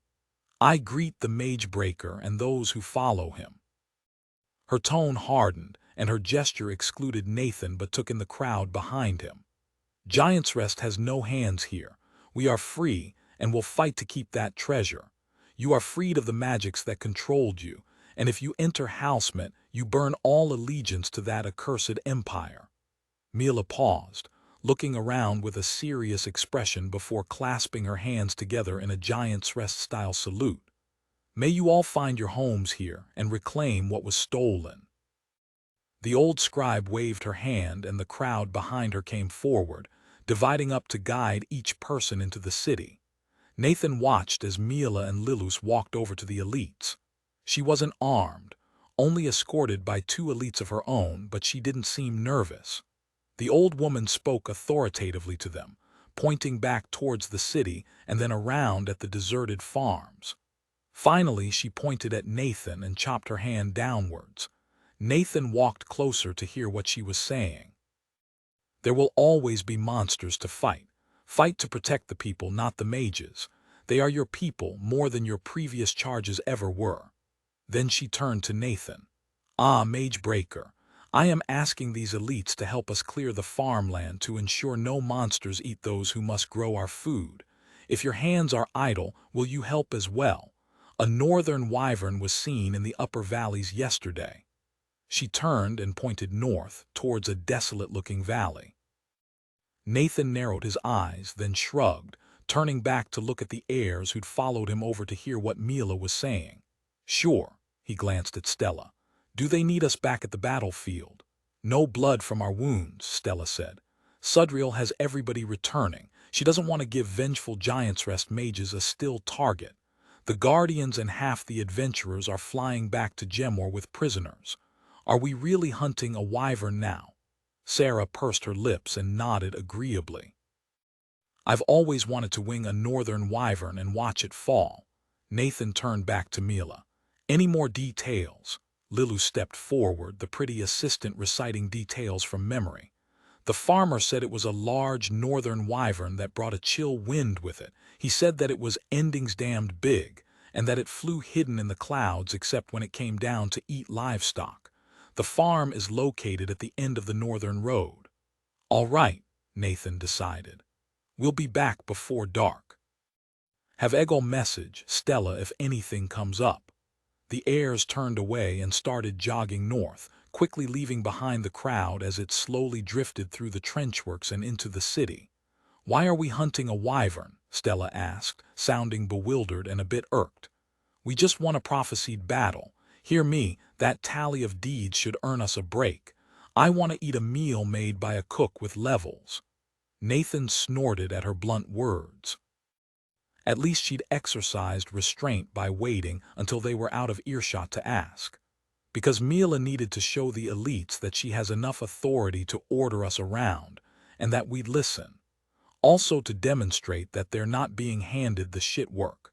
Those elites saw us defeating their army. If we turn around and patrol for monsters, then they're more likely to do it too. I think she's trying to get them working for Housemit through momentum. Now that the battle is won, a bunch of the adventurers are going to leave. She desperately needs good fighters, people who can kill a siege boar that's chewing up a field. Those elites represent decades of training and experience she can't afford to lose. He gestured around at their group. Besides, do you expect us to have trouble with a wyvern? Think of this as a few hours of exercise in the wilderness so we can talk over the battle and our class developments in privacy. We'll be back in time for dinner, and we can bring them wyvern to cook for us. One of the books at the Adventurers Guild said it's supposed to be delicious. It is a worthy endeavor, Kachi agreed. A wyvern is a dangerous foe to those without powerful magic or a powerful bow, but we must not underestimate the foe. The wolffolk spoke mildly before he turned his attention back to Nathan. You said you had developed your class to allow you to permanently sever mages from magic. What else? Stella shivered. Waking giants, that's right, permanently. What kind of grand insight led to that? Nathan smirked slightly but quickly schooled his expression. Yeah, it's permanent. I break their mana pool. I think their mana will always be empty afterwards. The insight was based on what that fire elemental was doing, along with something else I learned from Badud's magic. Kind of. That statement earned him a few questioning looks, and Nathan scrubbed his hand through his hair, trying to figure out how to explain. Badud's magic was more than just mana. There's a deeper kind of magic that he casts. It's the same thing as the transit roads of old Gemor. You remember when I said that Badud reversed time? That too. He was losing, so he cast a spell to start the battle over. No mana can cast that spell, you need a deeper magic. Arl shook his head in exasperation. I am good with swords, and he reverses time, endings damned questers. Nathan chuckled sardonically. At least he lost the second time too. Well, he retreated with Brox's sword in him. But that's the situation that caused him to reverse time the first go-around too. Why didn't he return to the fight? Sarah asked. I saw the wound. It was bad, but a mage like Badad should be able to heal any wound that isn't death. The blade was cursed, Nathan said, shrugging. Before Badad reversed time, I saw him try to heal a wound from the sword and he couldn't. He had a powerful healing artifact that saved him the second time, but it broke. I hope the wound kills him, but it probably will just take him a while to recover. Phelan should know. Nathan waved his hands dismissively. Anyway, back on topic. That kind of magic is called wizardry. It goes beyond mana, touching concepts like space and time. Probably more, too. Mana pools are partially made of wizardry, and my class lets me interfere with them. Some of the archmages can harness it slightly. It's what makes their spells so powerful. Stella's eyes opened wide. Tell me more. Chapter 6, Feast on the Wing. Nathan spent a little while trying to describe wizardry to his rapt audience as they jogged towards the valley where the wyvern had been sighted. Sarah and Arl usually stopped paying attention when he talked about magic, but this time they were both listening and asking questions. They wanted to understand this entirely new domain of magic, especially if it let their enemies rewind time. Unfortunately, Nathan's understanding of wizardry was limited. His new abilities were geared towards countering it, not understanding it. He could explain some of the fundamental differences between wizardry and mana, but he had no idea what sort of insight made somebody into a wizard. But when forging into the unknown, knowing that it's possible is half the battle. Stella soaked up everything he had to say, clearly trying to think about how she could access such power. Over time, her excitement turned to frustration. Harpy's tits. I wish I'd learned this before my class development. Then I could have gotten a wizard class. But now it's too late. A witch class, Arl supplied, one eyebrow raised humorously. The short mage rounded on him, her eyes flaring with light. I don't care, I just want the power. What are your class choices? Koch interjected, speaking calmly. With our tally of deeds, they should be weighty. Stella frowned at him, deciding if she was going to let herself be distracted. She caved in and explained. I mentioned Skymaster earlier. My dad gave me the insights for that. It focuses on flight skills for casting fly and mass fly easily, as well as more control over those skills and advantage in aerial fights. She chewed on her lip. It's the class he'll want me to take. I'll bet stalker teeth to dragon bones. The class will move us to problems fast and keep me safe from most enemies. Flying neutralizes almost all monsters. She raised her eyebrows and mimicked Dalo's voice. Never be in danger from stalkers or siege boars again. You don't seem to like it. Why? Sarah spoke curiously, though her eyes were on the mountains around them. It seems a gem of a class. Stella blew a raspberry, then shook her head. No, you're right, it's the safe option. It follows the path of my father. But I fight differently than he does. I have different teammates and a different goal. Why should I walk the same path? So what are your other options? Nathan asked. They were getting close to the farm that had sent the news of the wyvern, and he was hoping that it would be drawn to their presence rather than having to hunt it down. Lady of Light and Lightning, Archmage of Science and Avatar of Mana, she said offhandedly. Arl whistled loud and long. Those sound worth their weight in adamant. Archmage of Science would continue your current path. Is there a hidden trap? Stella threw her hands into the air. It ties all of my future magical improvements to learning more science. She rounded on Nathan and stabbed a finger at him. And my teacher refuses to teach me the truly powerful insights. Nathan wasn't sure how to neutralize the situation. It didn't seem like she'd respond well to a plea for calm, and he wasn't about to change his mind on nuclear insights because Stella got angry. So he stayed silent. The finger dropped and Stella stepped back, taking a deep breath. Sorry, I shouldn't be farting ice. My magic is powerful, more powerful than any other mage of my level. But to see the might of the archmages and the quester, and be told they're casting magic more profound than anything I know, she shook her head. Apologies again. I can't be mad at you, especially with all of the grand insights you've shared with me. I appreciate everything you've told me, but I don't want to rely on your knowledge for all of my power. Knowing the reality of the world is part of my path, but I don't want it to be the only part. She stopped talking, smiling regretfully at him. It seemed to be a silent request for forgiveness. Nathan smiled in return, indicating he hadn't taken offense. That makes sense. You'll be stuck with this class for a long time. It seems important to make sure that you're happy with the path it sets you on. He sighed, eyes rising to study the mountains around them for any sign of their quarry. That's especially true with me leaving for Giant's Rest soon. We don't know what will happen, and I don't want you to tie your build to my knowledge. If nothing else, eventually I'm going to run out of things to teach you, and then you'll need to discover things yourself. If your class isn't set up for that, you'll stall. That killed the conversation for a moment. Nobody addressed the topic of Nathan leaving. They'd talked about it often, but now the time was rapidly approaching. I think we all hope that I'll come back and it'll be as if nothing has changed. But who knows? I could die. I could level up so much that it doesn't make sense to be on a team with me anymore. Or we each may get drawn into conflicts of our own. If I'm gone for years, then we might not be the same people anymore.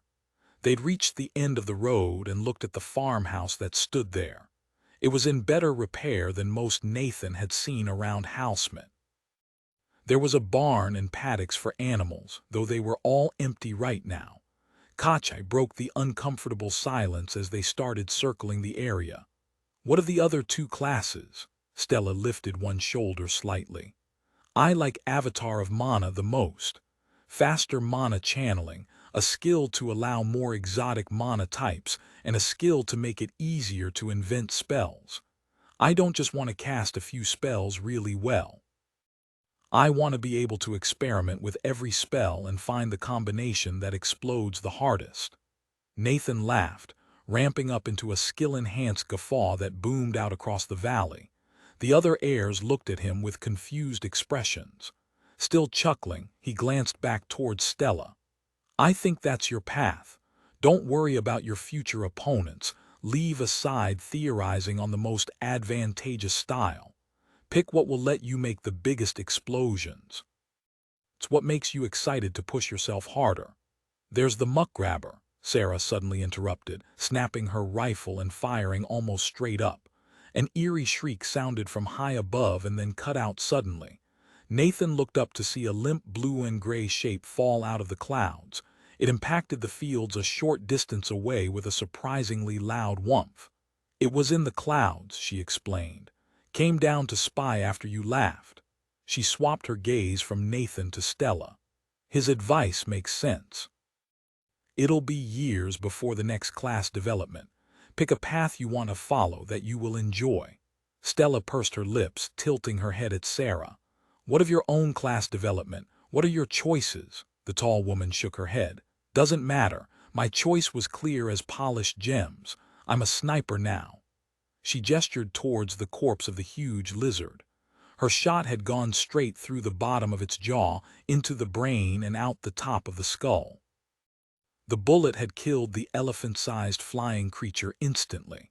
She strode over to her kill, posing beside it like a big-game hunter. That's my path, killing from far away before my target even realizes they're in danger. Arl nodded sagely. You have been using the rifle a lot more than the revolvers, even when they'd kill the problem better. Sarah didn't respond to her brother, running her hands along the stock of the enchanted rifle. She pulled the bolt back with a precise motion, slotting another round into place with a surety born of experience, shooting home the bolt before sliding the weapon back into her dimensional pouch. Then she gestured towards the corpse. Well, I killed it. Let's bring back the meat, her brother sighed. The butchery is my task, isn't it? Nathan paid attention to the farms as they returned to Housemint. A few people were actively working to grow food, but most of the fields sat abandoned, waiting for planting or plowing. It's a safety problem. People don't want to live out here where they might randomly get eaten by things like wyverns, or stalkers, or castle bears, or any of the other monsters that are so common on Davrar, and Mila can't just order people to do it. One of the farmers waved to him and he waved back. The heirs didn't stop to chat, but it was good to know that their presence was seen and appreciated. We have to make the outlying areas feel safe enough that people are willing to move back here. I think Mila was talking about increasing the rewards for farming to lure more people out, but Halsmit needs adventurers to patrol its farmland. Nathan's musings were interrupted by Kachai. The big wolfman spoke carefully, as if afraid of giving offense. When are you planning to depart for Giant's Rest? You spoke of teaching your talents, so I do not expect it to be tomorrow. Right, I gotta figure that out, Nathan replied, rubbing his forehead. Always more to do. I need to talk to Phelan, but we were going to wait for Giant's Rest to come out of lockdown before leaving. I also want to try and train some antimages, as well as talk to Sudriel about the library idea to get that running. Maybe 2 weeks. Giant's Rest has to be reeling after the defeat, so we'll hopefully have a bit of a break. He regarded his friends. What about you? Are you planning on going back to Gemor soon? I would stay and aid Halsmit, Kachai said, his voice resonating with the barest hint of divine power. They are in need of aid, especially as other adventurers return to Gemor, but I do not speak for us all. What do you think? His gesture encompassed the others. True aim, Arl said. The city was freed because we were here. I'd be filled with sadness to leave it now. We should make sure there's still a city here when Nathan returns. Sarah merely nodded, conveying her agreement with her brother. Stella seemed less sure but was hesitant to speak up. Only when it became clear everybody was looking at her did she mumble something. I want to learn magic from my parents, and they're already back in Gemor. They'll teach me spells worthy of a quester now that I'm level 243. Arl shrugged expressively. Ask them if they can come to Halsmit every week. Their flight makes the distance an easy obstacle. Yeah, I could do that, the mage replied. My flame calls to Halsmit. Gemor needs an ally and Halsmit needs adventurers. She gestured to the empty fields around them before smirking. The cooks here are better than those in the Adventurers Guild too. Nathan licked his lips in anticipation. I'm looking forward to the wyvern. The next morning, Nathan studied the crowd of 30 young people gathered in front of him. They stood in the courtyard of the mansion on the second tallest hill, the place he'd fought Stella and killed Tial Dho Droxal. The stone around him was still broken and battered from that fight. Fixing up the entryway to the guest mansion wasn't a priority when Halsmit's limited supply of builders were busy raising the slums and warehouses to build new housing. But this was the place that Mila had chosen to put the candidates for Nathan's anti-magic. They were staying in the mansion's many rooms, with dozens more left over. There were more people here than he'd expected. Mila had asked how many he'd be willing to teach, and he'd said 30. He'd also required that they be older than 15, have a stamina class and 2 free talent slots. He'd expected that to limit the pool of candidates, but he seemed to have been wrong. Lilus had told him there'd been fights over who would get to learn from him. She'd had the elites break them up and interviewed the candidates yesterday to separate out those who were willing to listen to authority and those who just wanted glory. It's not the worst qualifier. After all, she's the person who is going to have to manage them once I leave. Most of the people in front of him were young, between the ages of 15 and 21. It was a bit weighted towards men, with 18 men and 12 women. Nathan recognized a number of the candidates. Raf was here, the brown-skinned teenager who'd been digging in the trenches and accosted him as the heirs had come back from their patrol of Fireface Pass. A few more were familiar as messengers from when Nathan had run all over the city breaking mind magic. One of the girls was giving Nathan coquettish looks, and he remembered that she'd made a pass at him on the first night after Halsmit was freed. She was damned good-looking, with languid eyes, an athletic build and long, curly black hair. Bah. Keep it professional. You're not sleeping with your students. There's enough earth left in you for that. He'd thought about how to begin, and he had decided to be a harsh teacher, at least at the start. The most important trait in an anti-mage was motivation, and he wanted to separate out those who would never quit. With that thought in mind, he started his planned speech. You're here because you want to learn anti-magic. I can give you that insight, granting the talent that will make you immune to mages and their magics. He hopped atop the crushed fountain that had once occupied the center of the courtyard, mangled during his fight with Stella. I have used my anti-magic to kill dozens of mages and 4 archmages of Giant's Rest. One of them died right there. He pointed at the fallen balcony that had crushed part of the colonnaded walk around the courtyard. I'm immune to mental magic, fireballs and disintegrate spells. It's helped me conquer dungeons and monsters. I am immune to magical traps, can see through magical stealth and can kill undead with a touch.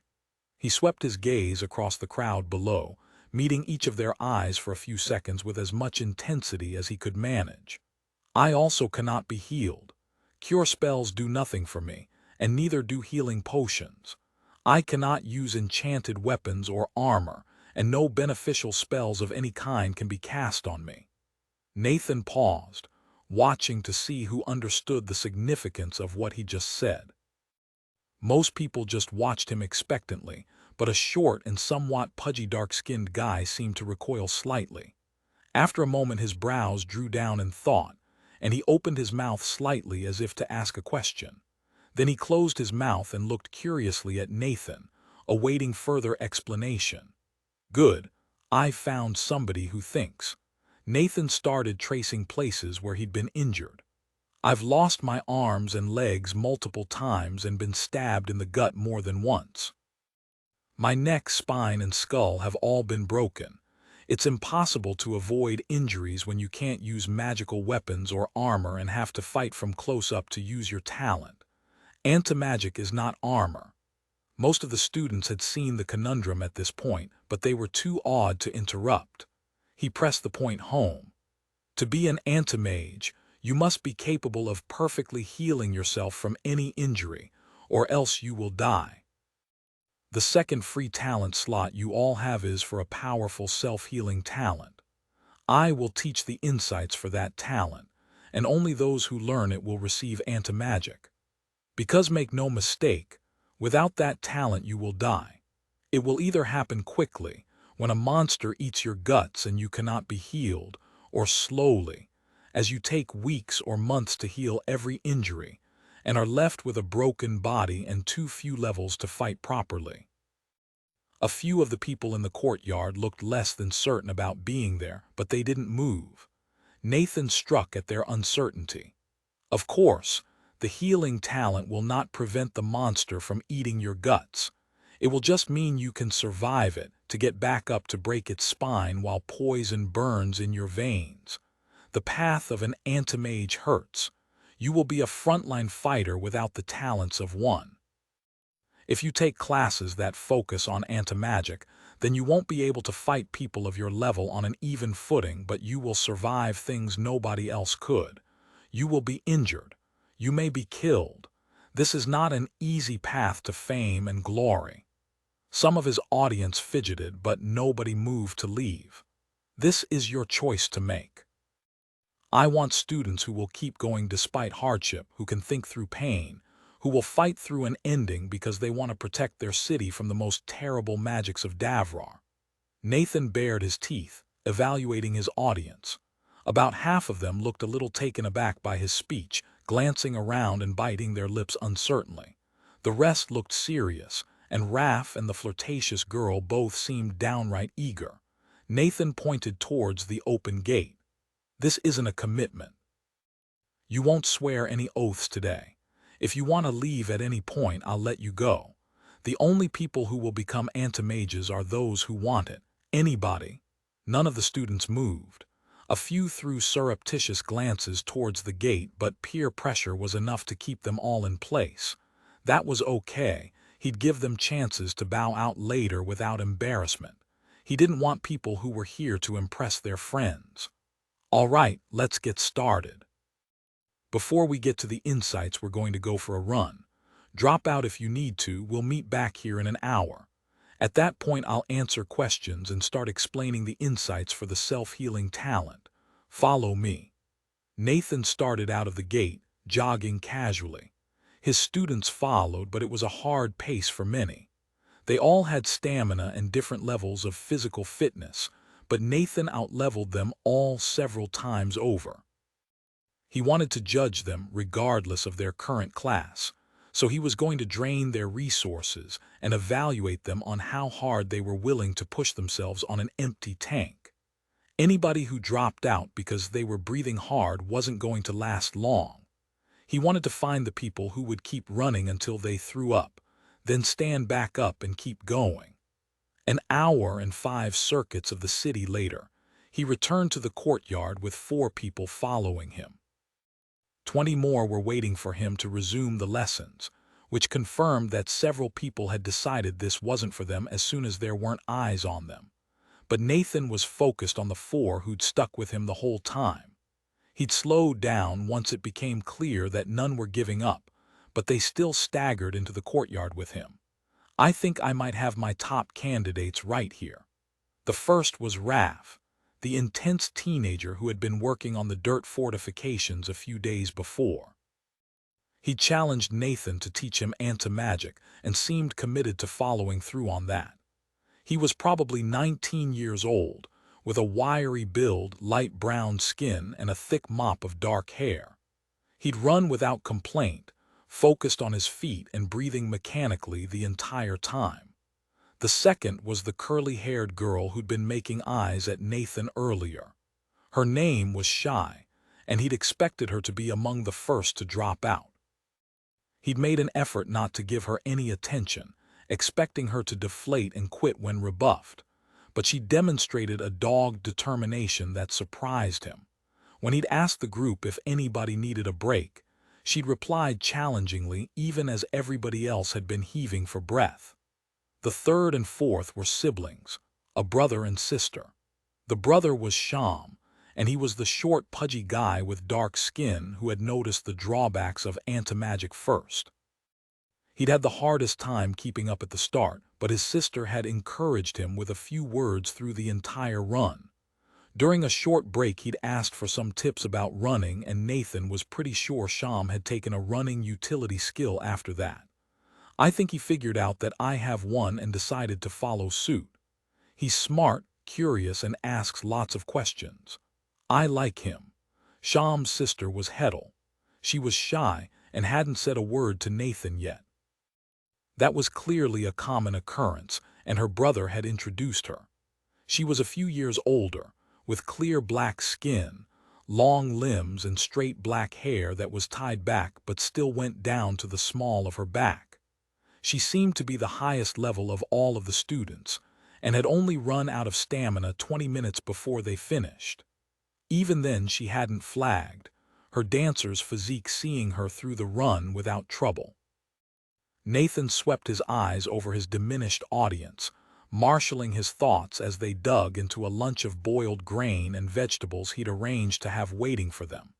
He was definitely going to stick to the highlights at first, but he needed to explain enough for them to have a chance at regeneration in the next week or so.